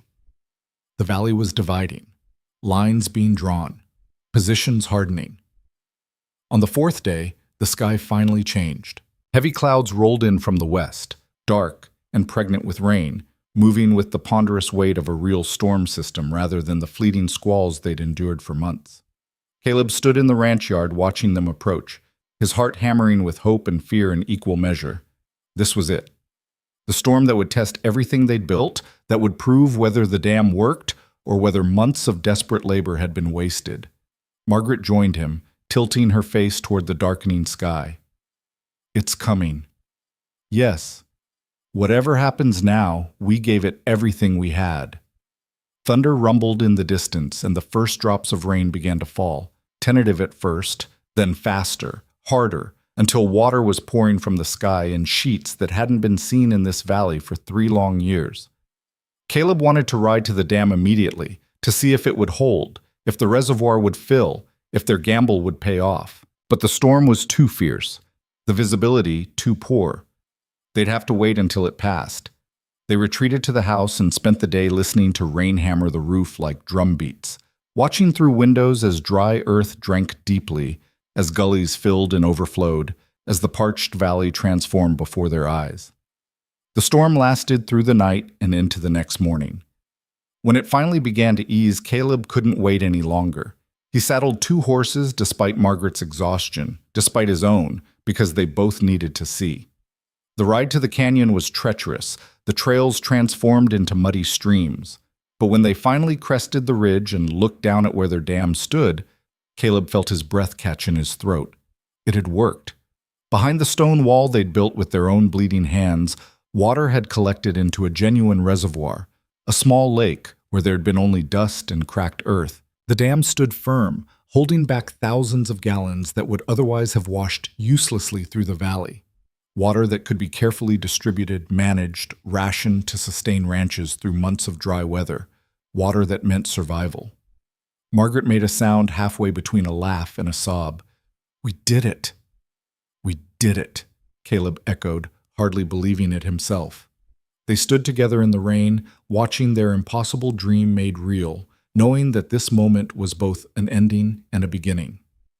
The dam was complete. The water was captured. But the real fight, the battle for control of that water and the valley's future, was just beginning. And somewhere out there, Randall Crowley was watching his monopoly crumble, his power threatened by simple stone and stubborn will. The storm might have ended, but the war was far from over. The celebration, such as it was, lasted exactly 1 day. News of the dam's success spread through the valley faster than the storm waters had flowed through the canyon. By afternoon, Tom Fletcher and half a dozen other ranchers had ridden out to see the reservoir with their own eyes, their weathered faces showing cautious hope for the first time in years. They stood in the rain looking at the collected water, calculating how much difference it could make to their dying operations, speaking in quiet voices about shared management and fair distribution. But even as they talked about the future, Caleb noticed the shadows behind their optimism. These were men who'd learned not to trust good fortune, who'd watched too many hopes crumble to fully embrace this one. "It's a miracle," said a rancher named Pete Dawson, his voice thick with emotion. "But Crowley won't see it that way. He'll see it as theft." "Let him see it however he wants," Fletcher said with more confidence than Caleb suspected he felt. "Water law's on our side. First capture rights are clear as day. Law's one thing, what Crowley does with it is another." Dawson glanced nervously over his shoulder as if expecting the man's foreman to appear at any moment. "He's got lawyers who can make black look white and up look down. And he's got friends in the territorial government who will back whatever story he tells." Margaret had remained silent during this exchange, but now she spoke up. "Then we need to make sure our story reaches people first, before Crowley can spin lies about what this dam represents." "How do you figure on doing that, ma'am?" Dawson asked. "By telling the truth, loudly and publicly." She looked at Caleb. "There's a town meeting scheduled for tomorrow night, isn't there? The monthly gathering at the community hall?" "There is," Caleb confirmed, though he'd planned to skip it as he had for months. "But Crowley will be there, so will everyone who owes him money or favors." "Exactly. Which means it's the perfect opportunity to speak directly to the entire valley, to explain what you've built and why it matters to everyone, not just yourself." Fletcher nodded slowly. "The lady's got a point. Most folks in town only know what Crowley's men have been whispering. that you're stealing water, trying to grab resources that don't belong to you. If you don't counter that narrative, we lose before the real fight even starts, Caleb finished. The thought of standing up in front of the entire town made his stomach clench, but Margaret was right. Silence would be interpreted as guilt. That evening, back at the ranch, they prepared for what was coming with the grim efficiency of soldiers before battle. Margaret insisted on washing and mending Caleb's best shirt, the one he'd worn to his wedding and hadn't touched since Sarah died. He protested that a clean shirt wouldn't matter, but she fixed him with a look that brooked no argument. "Appearance matters," she said firmly, attacking a stubborn stain with determination. "You're not just speaking for yourself tomorrow. You're speaking for every rancher who's barely holding on, every family facing ruin. They need to see someone who looks like he believes in what he's fighting for." And a clean shirt accomplishes that? A clean shirt shows respect. For them, for yourself, for the cause you're asking them to support. She held up the garment, examining her work. Besides, Crowley will be dressed in his expensive Eastern suits, looking every inch the successful businessman. You need to look like a man who belongs in that room, not some desperate squatter begging for scraps. Caleb understood what she wasn't saying, that tomorrow's confrontation would be fought as much through perception and appearance as through logic and law. That Crowley would try to paint him as a ragged fool, grasping at impossible dreams, and everything from his clothes to his demeanor would either support or refute that characterization. He slept poorly that night, rehearsing arguments in his head, trying to find words that would convey the importance of what they'd built without sounding either arrogant or desperate. Every time he closed his eyes, he imagined standing before the assembled town while Crowley tore apart his credibility with smooth lawyer's rhetoric. Morning came too quickly. Margaret made him eat a proper breakfast despite his protesting stomach, then helped him into the clean shirt with the patient efficiency of someone dressing a reluctant child for church. "You look presentable," she announced, stepping back to assess her work. "I look terrified." "Good. Means you understand what's at stake." She met his eyes steadily. "But don't let fear make you small, Caleb. What you've done, what we've done, matters. The valley needs someone to stand up to Crowley's greed. If not you, then who?" They rode into town mid-afternoon, early enough to gauge the mood before the evening meeting. What Caleb found confirmed his worst fears. Groups of men stood in tight clusters outside the general store and saloon, their conversations stopping abruptly when he passed. Some faces showed sympathy, others hostility, most just calculation, weighing which side would benefit them more. Inside the general store, the proprietor's wife, usually friendly, served them with cool efficiency and didn't meet Caleb's eyes. At the land office, the clerk happened to be too busy to speak with them. Even the blacksmith, who'd always been cordial, found urgent work to attend to when Caleb approached. "They're afraid," Margaret observed quietly as they walked back toward the horses. "Afraid of Crowley's retaliation if they're seen supporting you." "Can't blame them. Man controls most of the credit in this valley. Could ruin any of them with a word to his banker friends. Fear is a powerful weapon, but it only works if people remain isolated, believing they're alone in their opposition." Margaret's voice took on a thoughtful quality. "What if we could show them they're not alone? That resistance is possible?" Before Caleb could answer, a voice called out behind them. "Mr. Rourke! Mrs. Hale!" They turned to find young Johnson, the former Crowley ranch hand who'd refused to tear down the dam, jogging toward them. His face was flushed with excitement and something that looked like fear. "I've been looking for you," he said breathlessly. "You need to know, Crowley's been preparing for tonight. He's got his lawyer coming in from the territorial capital, some fancy Eastern man who's never lost a case. They're planning to bury you in legal language, make the whole thing sound like criminal activity." "Let them try," Caleb said with more confidence than he felt. "Truth's on my side." Truth doesn't always win against expensive lawyers. Johnson glanced around nervously, lowering his voice. "But there's something else. Some of us, the men who walked away from tearing down your dam, we've been talking. We want to stand with you tonight, publicly. Let the town know Crowley's own men turned against him when they understood what he really was." Margaret's eyes lit up. "How many of you?" 7, maybe 8 if we can convince Charlie Brennan, Wade's younger brother. He's been having doubts." That would be powerful testimony, Margaret said. Real people, not just abstract arguments. Men who worked for Crowley speaking about what they witnessed, what they were ordered to do. Johnson nodded eagerly. That's what we figured. Only problem is, most of us aren't much for public speaking. We're ranch hands, not politicians. Standing up in front of the whole town. He swallowed hard. That's asking a lot. I know it is. Caleb clasped the young man's shoulder. And I won't ask anyone to do something that feels wrong. But if you and the others are willing to speak truth, even just a few sentences about what you saw and why you made the choices you did, it could make all the difference. We'll do it. Johnson straightened his shoulders as if physically steeling himself for what was coming. Meeting starts at 7? 7 o'clock. We'll be there. After Johnson left, Caleb and Margaret found a quiet spot behind the livery stable to collect their thoughts. The afternoon sun was already beginning its descent toward the western hills, painting long shadows across the dusty street. Are you ready for this? Margaret asked. No, but I don't suppose that matters. It matters less than you think. She adjusted his collar with gentle fingers, the gesture oddly intimate despite its practicality. You don't need to be polished or perfect. You just need to be honest. These are your neighbors, Caleb. People who've known you for years. They'll recognize truth when they hear it. And if Crowley's lawyer buries my truth under legal complexity, then we dig it back out. Together. She stepped back, her expression fierce. You're not alone in this. Remember that when you're standing up there feeling like the whole world is against you, you're not alone. The community hall began filling an hour before the scheduled start time. Caleb and Margaret arrived to find nearly every seat already taken, with more people standing along the walls.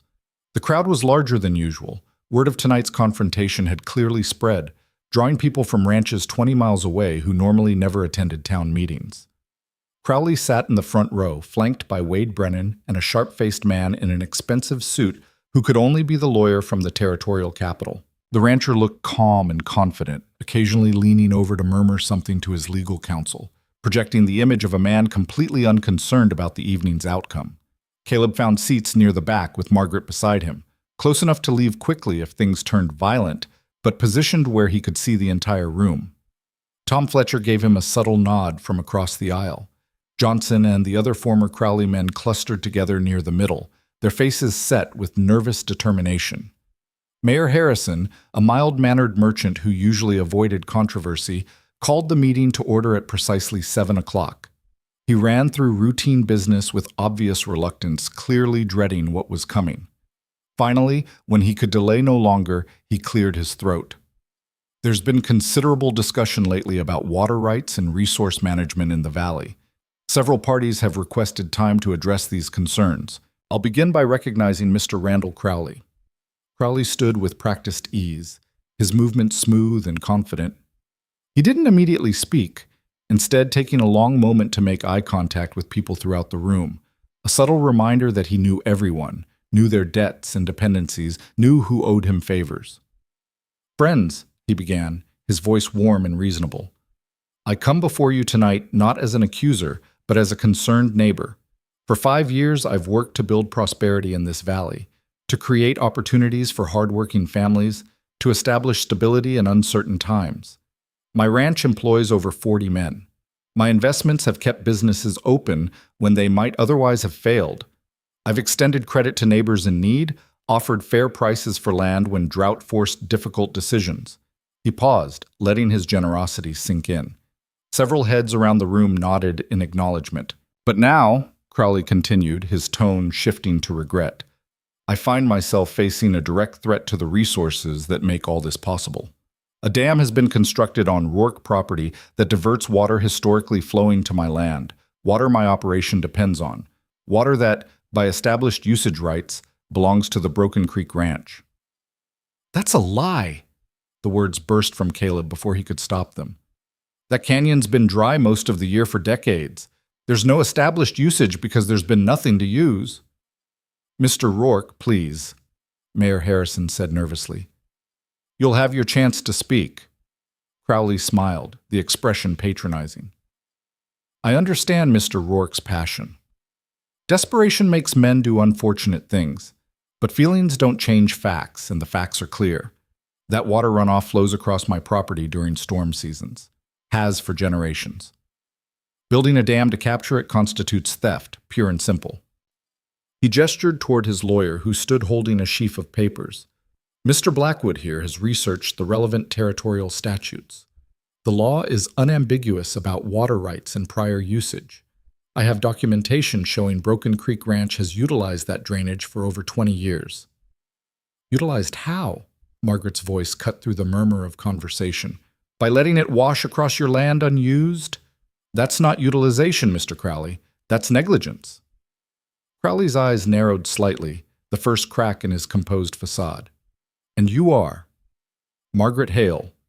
I work for Mr. Rourke and helped construct the dam you're trying to claim ownership over. I see. A newcomer to our valley who knows nothing of our history or customs, yet feels qualified to lecture established residents on water law. His dismissive tone drew a few chuckles from his supporters. Perhaps you should leave legal matters to those with actual expertise. Perhaps expertise should include understanding what water rights actually mean. Margaret didn't back down, her voice steady and clear. Prior usage requires actual use, not merely geographic proximity. The runoff from that canyon has never been captured, channeled, or employed for any productive purpose on your land. It simply flowed through during storms and was gone. Building a dam to capture it violates no legitimate claim you possess. Blackwood, the lawyer, stepped forward. Mrs. Hale, with all respect, territorial law recognizes— I know what it recognizes, Mr. Blackwood. Margaret stood, and Caleb realized with a shock that she was trembling, not with fear, but with controlled fury.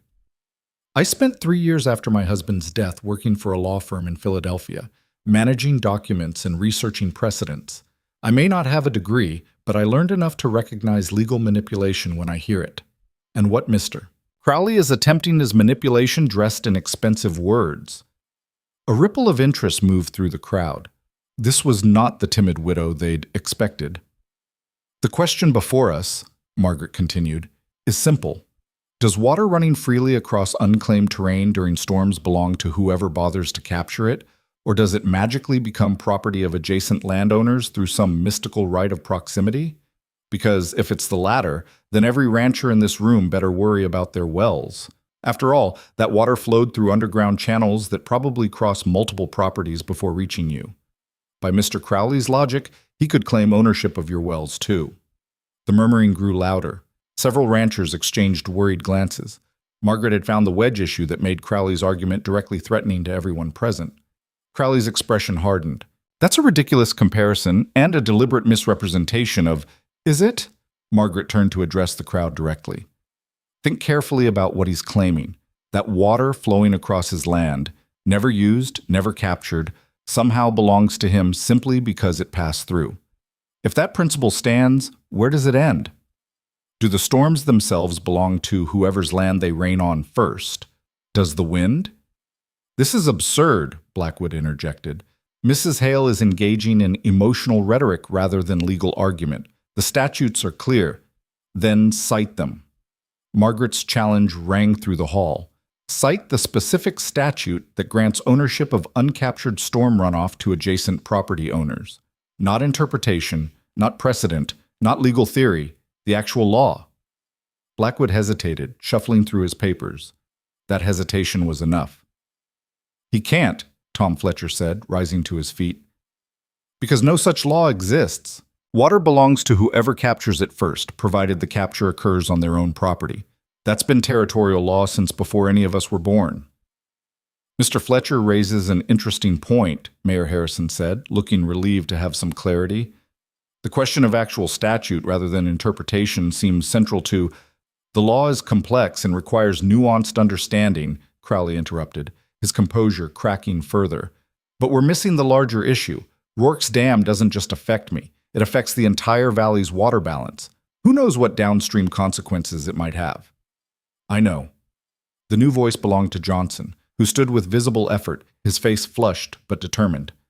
I was one of the men you sent to tear down that dam, Mr. Crowley. You told us Rourke was stealing your water, that he was threatening the valley. But when I got there and saw what he'd actually built, when I heard him explain that he planned to share the reservoir with neighboring ranches who needed it— He paused, gathering courage. I realized you'd lied to us. This wasn't about theft. It was about you losing control over the valley's water supply. Johnson, you're dismissed from my employment as of this moment, Crowley said coldly. I already quit, sir, 2 days ago. Couldn't work for a man who'd rather see the whole valley die than lose his monopoly. Another former Crowley man stood. He's not alone. 7 of us refused your orders to destroy that dam.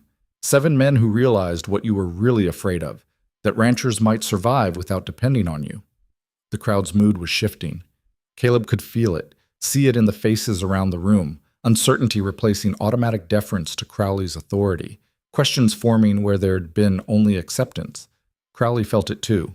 His voice took on a harder edge. This is an orchestrated performance. Rourke's sympathizers engaging in theatrical displays to distract from the fundamental illegality of his actions. But I won't be swayed by emotional appeals or coordinated testimonials. The law is the law, and I intend to pursue every legal remedy available to protect my property rights. Then pursue them, Caleb said, finally standing to face his adversary directly. Take me to court, hire all the fancy lawyers you want, file every complaint territorial law allows. But while you're doing that, my dam is going to keep catching water, and I'm going to keep sharing that water with every rancher in this valley who needs it to survive. You can't afford a legal battle, Rourke. We both know that. Maybe not, but I can afford to keep fighting until one of us breaks. Question is, which one of us has more to lose? Caleb looked around the room, making eye contact with as many people as possible. I came to this valley with my parents when I was 8 years old. Watched my father break his back clearing land, building something from nothing. Married my wife in the church 3 blocks from here. Buried her in the cemetery on the hill. This isn't just property to me, Mr. Crowley. It's home. And I'll be damned if I'm going to let you take it through legal trickery or intimidation. Noble sentiment, Crowley said with contempt. But nobility doesn't pay bills or win court cases. By this time next year, you'll be bankrupt and your precious dam will belong to me through foreclosure. Maybe. Caleb's voice was steady now, the initial nervousness burned away by anger and determination. Or maybe by this time next year, every rancher in this valley will understand that they don't need you to survive, that working together, sharing resources, supporting each other, that's stronger than one man trying to own everything. You're a fool chasing an impossible dream. Perhaps, but I'd rather be a fool with hope than a rich man with no soul. The silence that followed was absolute. Then slowly Tom Fletcher began to clap. His sons joined him.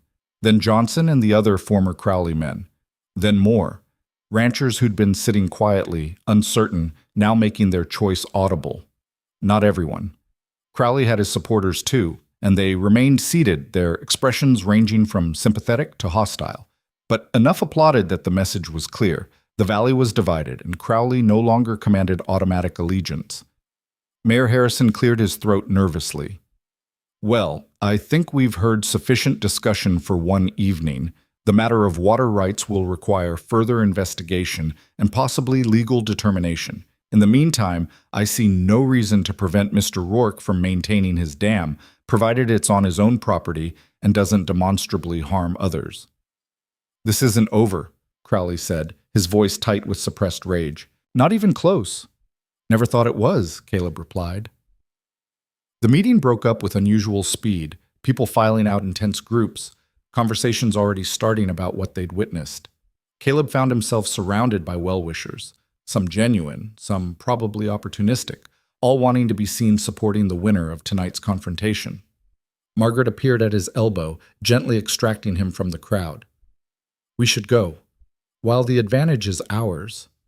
They made it halfway to their horses before Wade Brennan intercepted them, his brother Charlie trailing behind, looking uncomfortable. That was quite a performance, Wade said, his voice thick with menace. You made Mr. Crowley look like a fool in front of the whole town. He managed that without my help. You think you've won something, but all you've done is make yourself a target. Wade stepped closer, dropping his voice to a deadly whisper. Accidents happen out on isolated ranches. Animals get spooked. Buildings catch fire. People get hurt. Would be a shame if something happened to that nice lady who thinks she knows so much about water law. Caleb's hand dropped to the pistol at his hip. Are you threatening us, Brennan? I'm stating facts about the dangers of frontier life. Wade's smile was ugly. You should be more careful, Rourke, both of you. Wade, Charlie Brennan finally spoke, his voice strained. That's enough. Stay out of this, Charlie. No. The younger Brennan stepped forward, his face pale but determined. I'm done staying out of things. Done watching you do Crowley's dirty work while pretending it's just business. He looked at Caleb. Mr. Rourke, I was supposed to be part of the crew that tore down your dam. Begged off claiming I was sick, but truth is I couldn't do it. Couldn't destroy something that might save my sister's family. Her husband's barely keeping his ranch together. Wade's face went purple. You traitorous little... I'm not a traitor for choosing conscience over a paycheck. Charlie's voice strengthened. And I'm not standing by while you threaten decent people for trying to survive. He turned back to Caleb. If you need help guarding your property, I'd be honored to volunteer.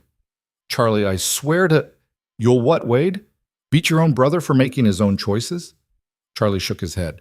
I'm done being afraid of you. Done being afraid of Crowley. Mr. Rourke showed us tonight that standing up is possible. I intend to keep standing. Wade stared at his brother for a long moment, then spat in the dust at his feet. You're all fools. And when Crowley crushes you, don't come crying for mercy. He stalked away into the darkness, leaving Charlie standing with Caleb and Margaret. Thank you, Caleb said quietly. That took courage. No, sir.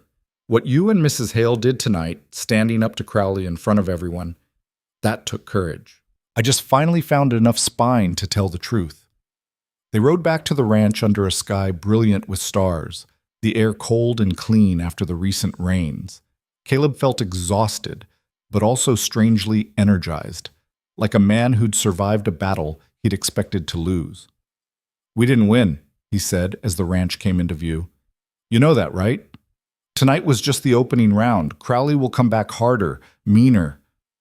I know. Margaret's voice was quiet but steady. But we proved something important, that he can be challenged, that his power isn't absolute. That gave people hope, Caleb. Hope they desperately needed. Hope doesn't pay legal bills or stop hired guns. No, but it gives people a reason to keep fighting when everything seems impossible. She looked at him in the starlight, her expression soft. You gave them that tonight. Gave me that too, when I needed it most. You did as much as I did, more probably. That speech about water rights was born from 3 years of copying legal documents and watching lawyers twist truth into knots. She smiled slightly. At least all those tedious hours served some purpose. They dismounted and tended the horses in comfortable silence, the familiar routine grounding them after the evening's intensity. Inside, Margaret made coffee while Caleb checked doors and windows, confirming everything was secured. Do you think they'll come tonight? She asked as they sat at the kitchen table. Brennan's threats? Maybe. Or maybe that was just talk meant to scare us. Caleb sipped his coffee, feeling the warmth spread through his chest. Either way, we should keep watch. Take shifts sleeping. Agreed. Margaret studied him across the table. Caleb, what you said tonight about being a fool with hope rather than a rich man with no soul, did you mean that? Every word. Good. She reached across and briefly squeezed his hand, the touch warm and grounding. Because I've had enough of surviving without purpose. I'd rather live fighting for something worth having, even if the odds are terrible. Caleb understood exactly what she meant. For 2 years after Sarah's death, he'd been surviving without living, going through motions without meaning. But building the dam, fighting Crowley, standing before the town tonight, that had reminded him what it felt like to be fully alive. We'll face whatever comes, he said. Together. Together, Margaret echoed. That night passed without incident, as did the next. But on the third morning, Caleb woke to find Charlie Brennan riding hard toward the ranch, his horse lathered and his face urgent with news. They're coming, Charlie gasped as Caleb ran out to meet him. Crowley hired guns from Cheyenne, professional troublemakers. Heard them planning in the bunkhouse last night. They're coming for your dam, Mr. Rourke. And they're not just planning to tear it down. What are they planning? Charlie's face was grim. They're going to blow it up, make sure it can never be rebuilt. Crowley's done with legal games and intimidation. He wants that dam destroyed permanently. Margaret appeared in the doorway, her face pale but composed. When? Tonight. They're waiting for full darkness. Caleb felt ice settle in his stomach. An explosion wouldn't just destroy the dam, it could collapse the canyon walls, kill anyone nearby, render the entire site unusable for any future construction. We need help, Margaret said. More men than we have. We need to defend that dam with numbers Crowley's guns won't want to face. I'll ride to Fletcher's place, Charlie offered. He'll spread the word. And I'll go to town, Caleb added. Find Sheriff Morton. Tell him what's being planned. Maybe legal pressure won't stop hired killers, Margaret interrupted, but witnesses might. If enough people gather at that dam, if Crowley knows the entire valley is watching. She trailed off, but her meaning was clear. Make it too public to hide, too witnessed to deny. Then we gather witnesses, Caleb said. Every rancher, every family who stands to benefit from that water. We make tonight a moment when the whole valley chooses its future. Charlie nodded and wheeled his horse, galloping back the way he'd come. Caleb and Margaret quickly saddled fresh mounts and split up, him to town, her to the nearest ranches, both spreading the same urgent message. Come to the dam. Tonight. Stand for the valley's future. The sun climbed higher as Caleb rode, and with each passing hour the weight of what was coming pressed heavier on his shoulders. Tonight would determine everything. Whether community could defeat greed, whether ordinary people standing together could overcome hired violence, whether the dam they'd built with bleeding hands and desperate hope would survive long enough to fulfill its promise. By the time the sun reached its zenith, word had spread through the valley like wildfire through dry grass. Caleb found Sheriff Morton outside his office, the lawman's face showing the strain of a man caught between duty and self-preservation. Hired guns? Morton repeated, his voice low. You're certain? Charlie Brennan heard them planning it. They're going to dynamite the dam tonight. The sheriff removed his hat and ran a hand through his thinning hair. That's attempted murder if anyone's near the blast. Destruction of property. I could arrest Crowley on conspiracy charges if I had solid evidence, but you won't get that evidence until after the explosion, and by then it'll be too late. Caleb leaned against the doorframe, exhaustion making his legs tremble.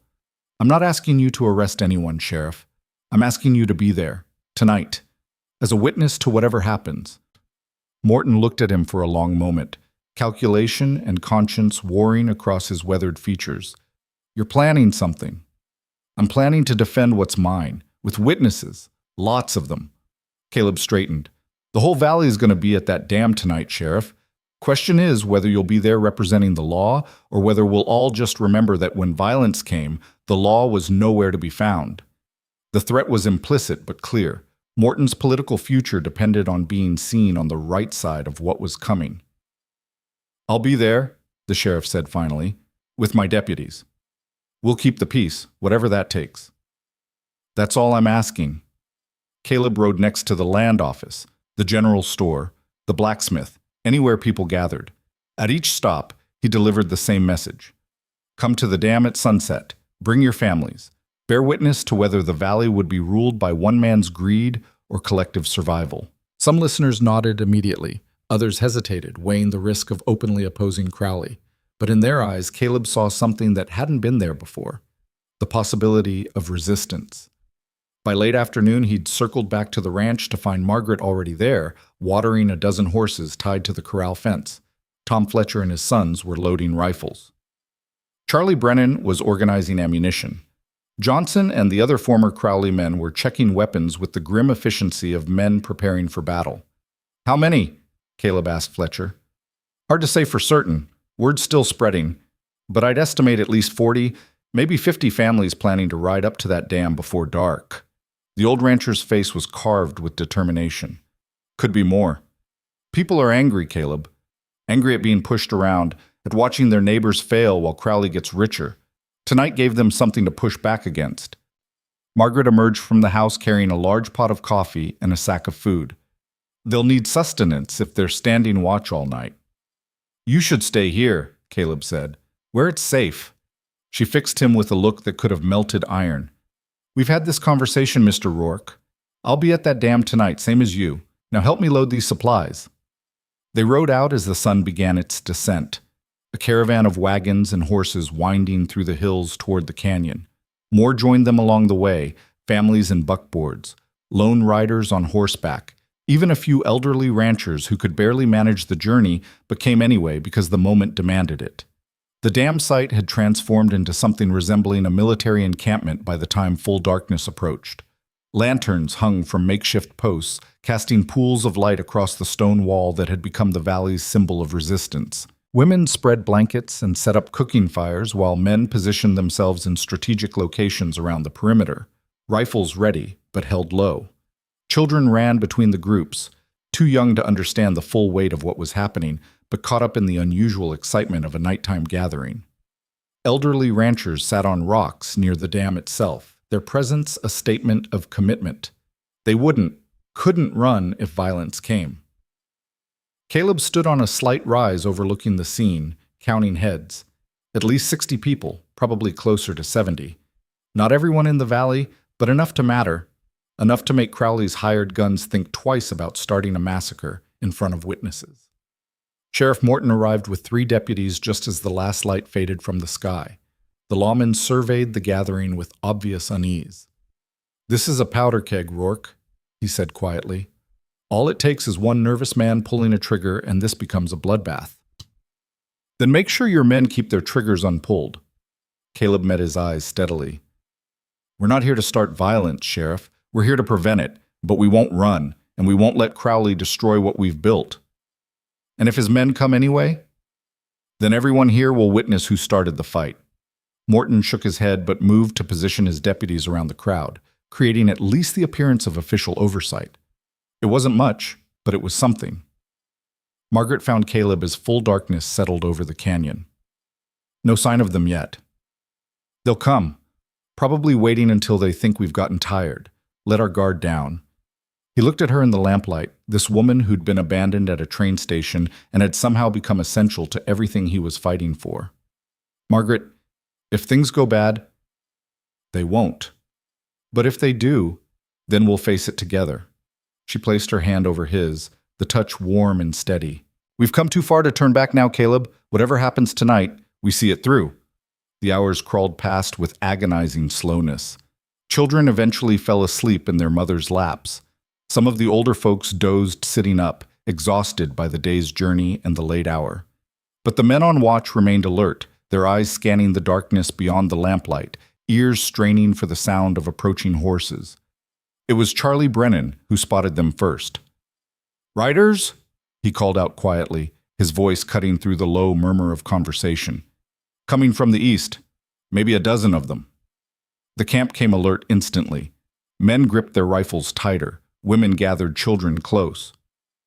Sheriff Morton and his deputies moved to the front of the gathering, positioning themselves between the crowd and the approaching threat. The riders materialized out of the darkness like ghosts, their faces shadowed beneath hat brims. They pulled up their horses at the edge of the lamplight, and Caleb's stomach tightened as he recognized the lead rider. Not Wade Brennan, as he'd expected, but Randall Crowley himself. The rancher sat his expensive horse with the easy confidence of a man accustomed to getting his way. Behind him, a mix of his regular ranch hands and several hard-faced men Caleb didn't recognize. The hired guns from Cheyenne, no doubt. "Quite a gathering," Crowley observed, his voice carrying across the suddenly silent crowd. "I had no idea my water resources were such popular entertainment." "Your water resources?" Tom Fletcher called out. "That's our water, Crowley. Valley water, not your private property." "The courts will determine ownership." Crowley's eyes swept across the assembled families. "In the meantime, I'm here to prevent further damage to my interests. That dam represents illegal diversion of resources. I'm within my rights to remove it." "Not tonight, you're not," Sheriff Morton said, stepping forward.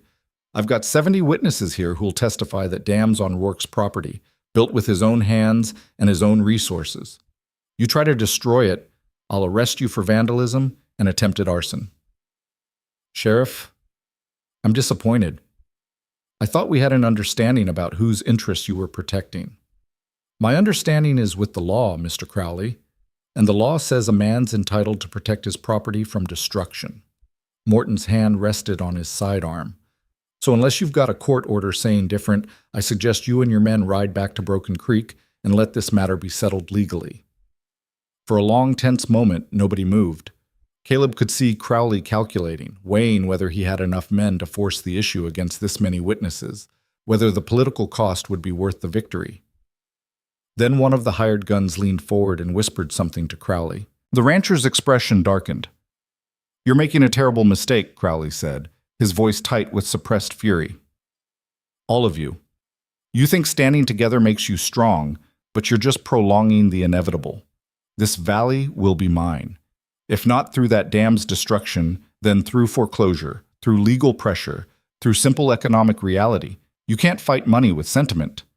"Maybe not," Caleb said, stepping forward to stand beside the sheriff. "But we can fight greed with community, fight selfishness with shared purpose. You might win legally, Crowley, might buy up every failing ranch eventually, but you'll do it knowing you had to crush decent people to get it. Had to hire guns to threaten families, had to become the kind of man nobody respects, even if they fear him. Respect doesn't pay debts or fill water troughs. No, but it means something when you look in the mirror." Caleb gestured toward the dam, solid and imposing in the lamplight. "We built that with our own hands. No hired labor, no expensive equipment, just determination and sweat. It's not much compared to your empire, but it's ours, and we'll defend it." Margaret moved to stand on Caleb's other side, then Fletcher, then Johnson and Charlie Brennan. One by one, people from the crowd stepped forward, creating a human wall between Crowley's men and the dam. Old men who could barely walk, women holding sleeping children, young men who'd never held a gun before but gripped them now with white-knuckled determination. Crowley stared at them for a long moment, and Caleb saw something flicker in his expression. Not quite fear, but recognition that the cost of victory had just become unacceptably high. "This isn't over," Crowley said finally. "Not even close. I'll bury you in legal fees, Rourke, tie you up in court for years.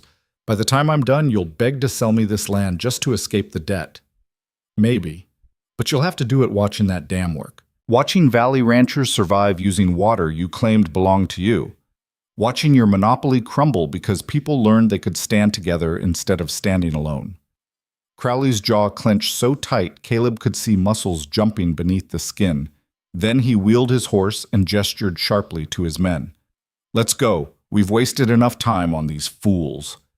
The hired guns looked almost relieved as they turned to follow, clearly having no appetite for a fight against this many armed defenders. As they rode back into the darkness, a ragged cheer went up from the gathered families, not triumphant exactly, but relieved, grateful, hopeful. "He'll come back," Fletcher said quietly to Caleb, "with lawyers next time instead of guns. Let him. We've proven something tonight, proven we're stronger together than any one of us is alone." Sheriff Morton approached, his expression complicated. "You understand this is just the beginning? Crowley meant what he said about legal battles. I know, but we'll face those battles the same way we faced tonight, together." Caleb looked around at the families settling back into their vigil, at the children being tucked into blankets, at the men resuming their watch positions. "This isn't just about one dam anymore, Sheriff. It's about whether ordinary people have any power against concentrated wealth. Tonight showed they do, if they're willing to stand for it." Morton nodded slowly, then walked back toward his deputies, leaving Caleb and Margaret standing together near the dam. "We should get some rest," Margaret said. "It's going to be a long night still." "You go ahead. I'll take first watch." "Caleb," she turned to face him fully, her face serious in the lamplight. "What you said to Crowley about looking in the mirror, you meant that for yourself too, didn't you? About becoming someone you can respect regardless of whether you win or lose." "I suppose I did." "Good." She smiled softly. "Because the man I met at that train station 2 months ago was already someone worth respecting. But the man standing here tonight, who built something impossible and inspired a whole valley to find their courage, he's someone extraordinary." Caleb felt heat rise in his face. "I didn't do it alone." "No, you didn't. We did it together." Her expression grew tender. "Caleb, I came west expecting to marry a stranger and build a new life on lies and convenience. Instead, I found honest work with an honest man and built something real through struggle and purpose. She hesitated, then continued. These past weeks, working beside you, fighting beside you, I felt more alive than I did in 16 years of comfortable marriage, more valued than in 3 years of surviving on scraps. You gave me back my dignity when the world had stripped it away. You gave me back my life, Caleb said quietly. My purpose. When you arrived, I was just going through motions, waiting to fail. You reminded me what it felt like to actually fight for something. They stood in silence for a moment, the weight of unspoken feelings hanging between them. Then Margaret reached into her pocket and withdrew a simple silver ring. His mother's ring, the one he'd given to Sarah on their wedding day, the one he'd placed in a drawer after her death because looking at it hurt too much. I found this while cleaning last week, Margaret said. Put it aside to return to you, but she held it up to the lamplight. I kept thinking about what it represented. Not just past love, but the possibility of future love. The idea that broken people can find wholeness again if they're brave enough to try. Caleb's throat tightened. Margaret, I'm not asking for declarations or promises, she continued quickly. We've both been married before. We understand that love isn't about grand gestures or poetry. It's about choosing to stand beside someone through difficulty, about building something together that neither could build alone. She looked up at him. We've already been doing that. The question is whether we want to keep doing it, not just as employer and employee, but as partners, as equals sharing a future. Caleb took the ring from her hand, the silver warm from her touch. When Sarah died, I thought that part of my life was over, that I'd used up my chance at partnership, at building a life with someone. He turned the ring slowly, watching lamplight dance across its surface. But these weeks with you have taught me something, that life doesn't give us one chance. It gives us as many chances as we're brave enough to take. He held the ring between them, a question and an answer both. I can't promise wealth or ease or security. The legal battles ahead will drain whatever resources I have. Crowley will make our lives as difficult as possible. And even if we win, ranch life is hard and uncertain. I know all that. Margaret's smile was radiant. I've lived the alternative, remember? Comfort without purpose. Security without meaning. I'll take struggle with you over ease without you any day. Then I guess the question is whether you'd be willing to take a broken-down rancher who comes with more debts than assets and more stubbornness than sense. Only if he'll take a discarded widow who comes with sharp opinions, strong will, and absolute refusal to be told what she can't do. I think we might manage that arrangement. Caleb slipped the ring onto her finger, not on the traditional hand, not yet, but as a promise of intention, a statement that they were choosing each other, choosing a future together, choosing to turn partnership forged in struggle into something deeper and more permanent. Margaret looked at the ring on her hand, tears glistening in her eyes. Your mother would approve? My mother would have loved you. Sarah too, I think. She always said I needed someone stubborn enough to stand up to me. Then I suppose I qualify. They stood together watching the gathering settle into the long night watch, their shoulders touching, their hands clasped. Two people who'd both been broken by loss finding strength in each other. As dawn approached, painting the eastern sky in shades of rose and gold, families began preparing to leave. The hired guns hadn't returned. Crowley's threat had been turned back, at least for now. People gathered their children, loaded wagons, prepared for the ride back to their ranches. But before departing, many stopped to speak with Caleb and Margaret, offering thanks, pledging support, making it clear that what had been built here went beyond the physical dam. You gave us hope, one elderly rancher said, gripping Caleb's hand with surprising strength. For the first time in years, I believe my grandchildren might actually inherit this land instead of watching it get sold to Crowley. We did this together, Caleb reminded him. Last night proved that. The dam is just stone and water. What really matters is what it represents, proof that we're stronger together than divided. Tom Fletcher was among the last to leave, his sons already mounted and waiting. Legal bills are coming, Caleb. Crowley wasn't bluffing about that, but you won't face them alone. Every rancher who benefits from this water will contribute what they can to a legal defense fund. We'll pool resources same as we're pooling water. Tom, I can't ask people to... You're not asking. We're offering. Because your fight is our fight now. Your victory is our victory. Fletcher clasped his shoulder. We stand together or fall separately. Valley chose which one last night. After everyone had gone, Caleb and Margaret remained at the dam, watching the sun climb higher. The reservoir behind the wall had grown substantially over the past days, fed by lingering runoff from the storms. Sunlight danced across the water's surface, making it shimmer like liquid gold. It worked, Margaret said softly. Everything we hoped for, fought for, it actually worked. The dam worked. The legal battle is just starting. We'll win that too. Maybe not in court. Crowley's lawyers probably are better than anything we can afford. But we'll win what matters. The Valley's unity. The principle that community matters more than individual greed. She leaned against him, exhausted but content. That's a victory no judge can take away. The months that followed proved both her optimism and Caleb's caution correct. Crowley did file lawsuits, multiple, complex, expensive lawsuits designed to drain resources and crush opposition through attrition. But the Valley's ranchers kept their promise, contributing to the legal defense fund even when it meant personal hardship. Small amounts from each family added up to enough to hire competent representation, enough to fight each legal challenge. The battles dragged through territorial courts for nearly a year, each ruling spawning new appeals and countersuits. But slowly, grudgingly, precedent began to favor Caleb's position. Water rights, the courts ruled, depended on productive use and proper capture, not mere geographic proximity. The dam was legal, the reservoir was legitimate, and Crowley's claims of theft were dismissed as attempts to monopolize public resources. By the time the final ruling came down, Crowley had already moved on to other ventures, his attention drawn to mining interests further north where resistance was less organized. The Broken Creek Ranch remained massive and powerful, but it no longer controlled the valley's water or its future.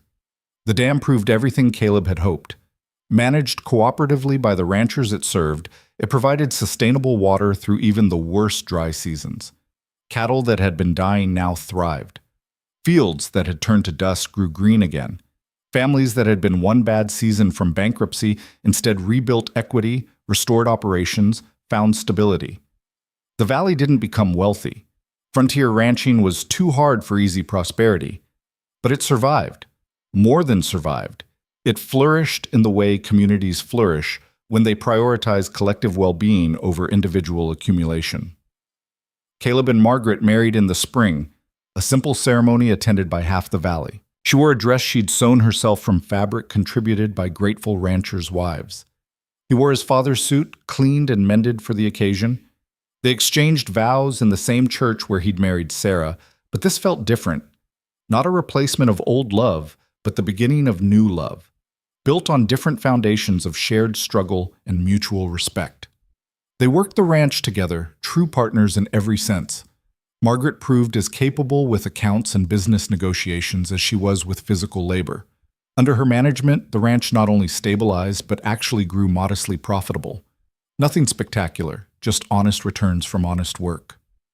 A year after their marriage, standing on the porch watching sunset paint the valley in shades of amber and purple, Caleb reflected on how much had changed since that day at the train station.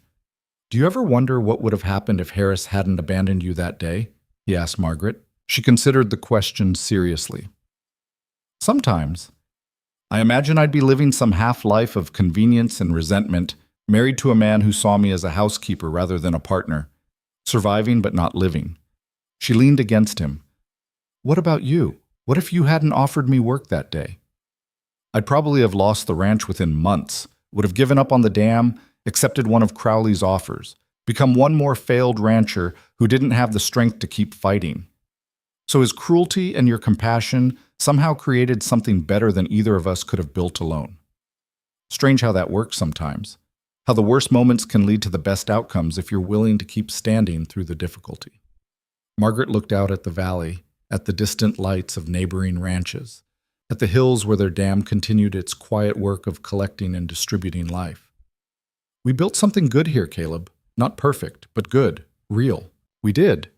And others are building on it. Did you hear the Dawson family is planning their own smaller reservoir on their property? Using what we learned, what we proved was possible." Caleb smiled. "Tom mentioned that. Said 3 other ranchers are considering similar projects. The idea is spreading that water can be managed cooperatively instead of hoarded individually. Crowley must hate that. Probably, but he's got other valleys to conquer, other monopolies to build. We're yesterday's battle for him. Good. Let us be yesterday's battle. I prefer being tomorrow's hope. They stood in comfortable silence as full darkness settled over the land. Inside the house, their house now, truly shared rather than merely occupied, lamps glowed warmly. The barn was full of healthy livestock. The fields showed promising growth. Small victories, perhaps, measured against the vast frontier. But victories nonetheless. Caleb thought about the woman he'd found at the train station, sitting alone beside her trunk with rigid dignity despite humiliation and abandonment. Thought about the broken rancher he'd been, going through motions without purpose or hope. 2 people discarded by circumstance, deemed inconvenient or insufficient by the world's harsh judgments. Together, they'd built something that mattered. Not just a dam or a ranch, but a community model of mutual support over individual greed. They'd proven that ordinary people, if they stood together and refused to surrender to difficulty, could accomplish extraordinary things. Thank you, Caleb said quietly. For what? For not running. For staying when any sensible person would have left. For believing we could build something worth fighting for. Margaret turned to face him, her expression tender in the starlight. You gave me the chance to fight, Caleb. After years of making myself small just to survive, you offered me something worth being large for. I should be thanking you. Then I suppose we're even. No. She smiled, reaching up to touch his face. We're not even. We're partners, which is infinitely better. Inside the house, the clock struck 9, time for the evening's final chores before sleep, then another early rising tomorrow to begin the endless cycle of ranch work. It was a hard life, demanding and unforgiving, but it was theirs. Built through choice rather than desperation, sustained through partnership rather than solitary struggle. As they turned to go inside, Caleb took one last look at the valley spreading beneath them. Out there in the darkness, the dam continued its work, water slowly accumulating behind stone walls built by bleeding hands and stubborn will. A monument not to one person's vision, but to what community could accomplish when it chose cooperation over competition. The frontier was harsh and unforgiving, testing everyone who dared challenge its brutality. Some broke beneath that testing. Others, like Crowley, became as harsh as the land itself, mistaking cruelty for strength. But some, the fortunate few who found partners worth fighting beside, discovered that the frontier's greatest gift wasn't wealth or conquest. It was the opportunity to build something meaningful from nothing, to create community from isolation, to transform struggle into purpose. Caleb Rourke had come to that train station looking for supplies, and nothing more. He'd found instead a partner, a purpose, and a future worth every drop of sweat and blood it had cost to build. The woman no one claimed had become the woman who helped save a valley. The broken rancher had become a man who proved that community mattered more than empire. Together, they'd written a story the frontier would remember, not of conquest or accumulation, but of ordinary people accomplishing extraordinary things through simple refusal to surrender. The dam stood solid beneath the stars, water flowing, life sustained, future secured. And in a modest ranch house at the edge of the valley, 2 people who'd both been discarded by the world prepared for sleep, their hands clasped, their partnership unshakable, their story finally complete, but their life together just beginning. The harsh frontier hadn't just tested them. It had given them exactly what they needed most, each other, and a chance to prove that hope, when defended stubbornly enough, could overcome any odds. Sometimes the best stories don't end with triumph over adversity. Sometimes they end with the quiet recognition that the struggle itself, shared with someone worth struggling beside, was the victory all along.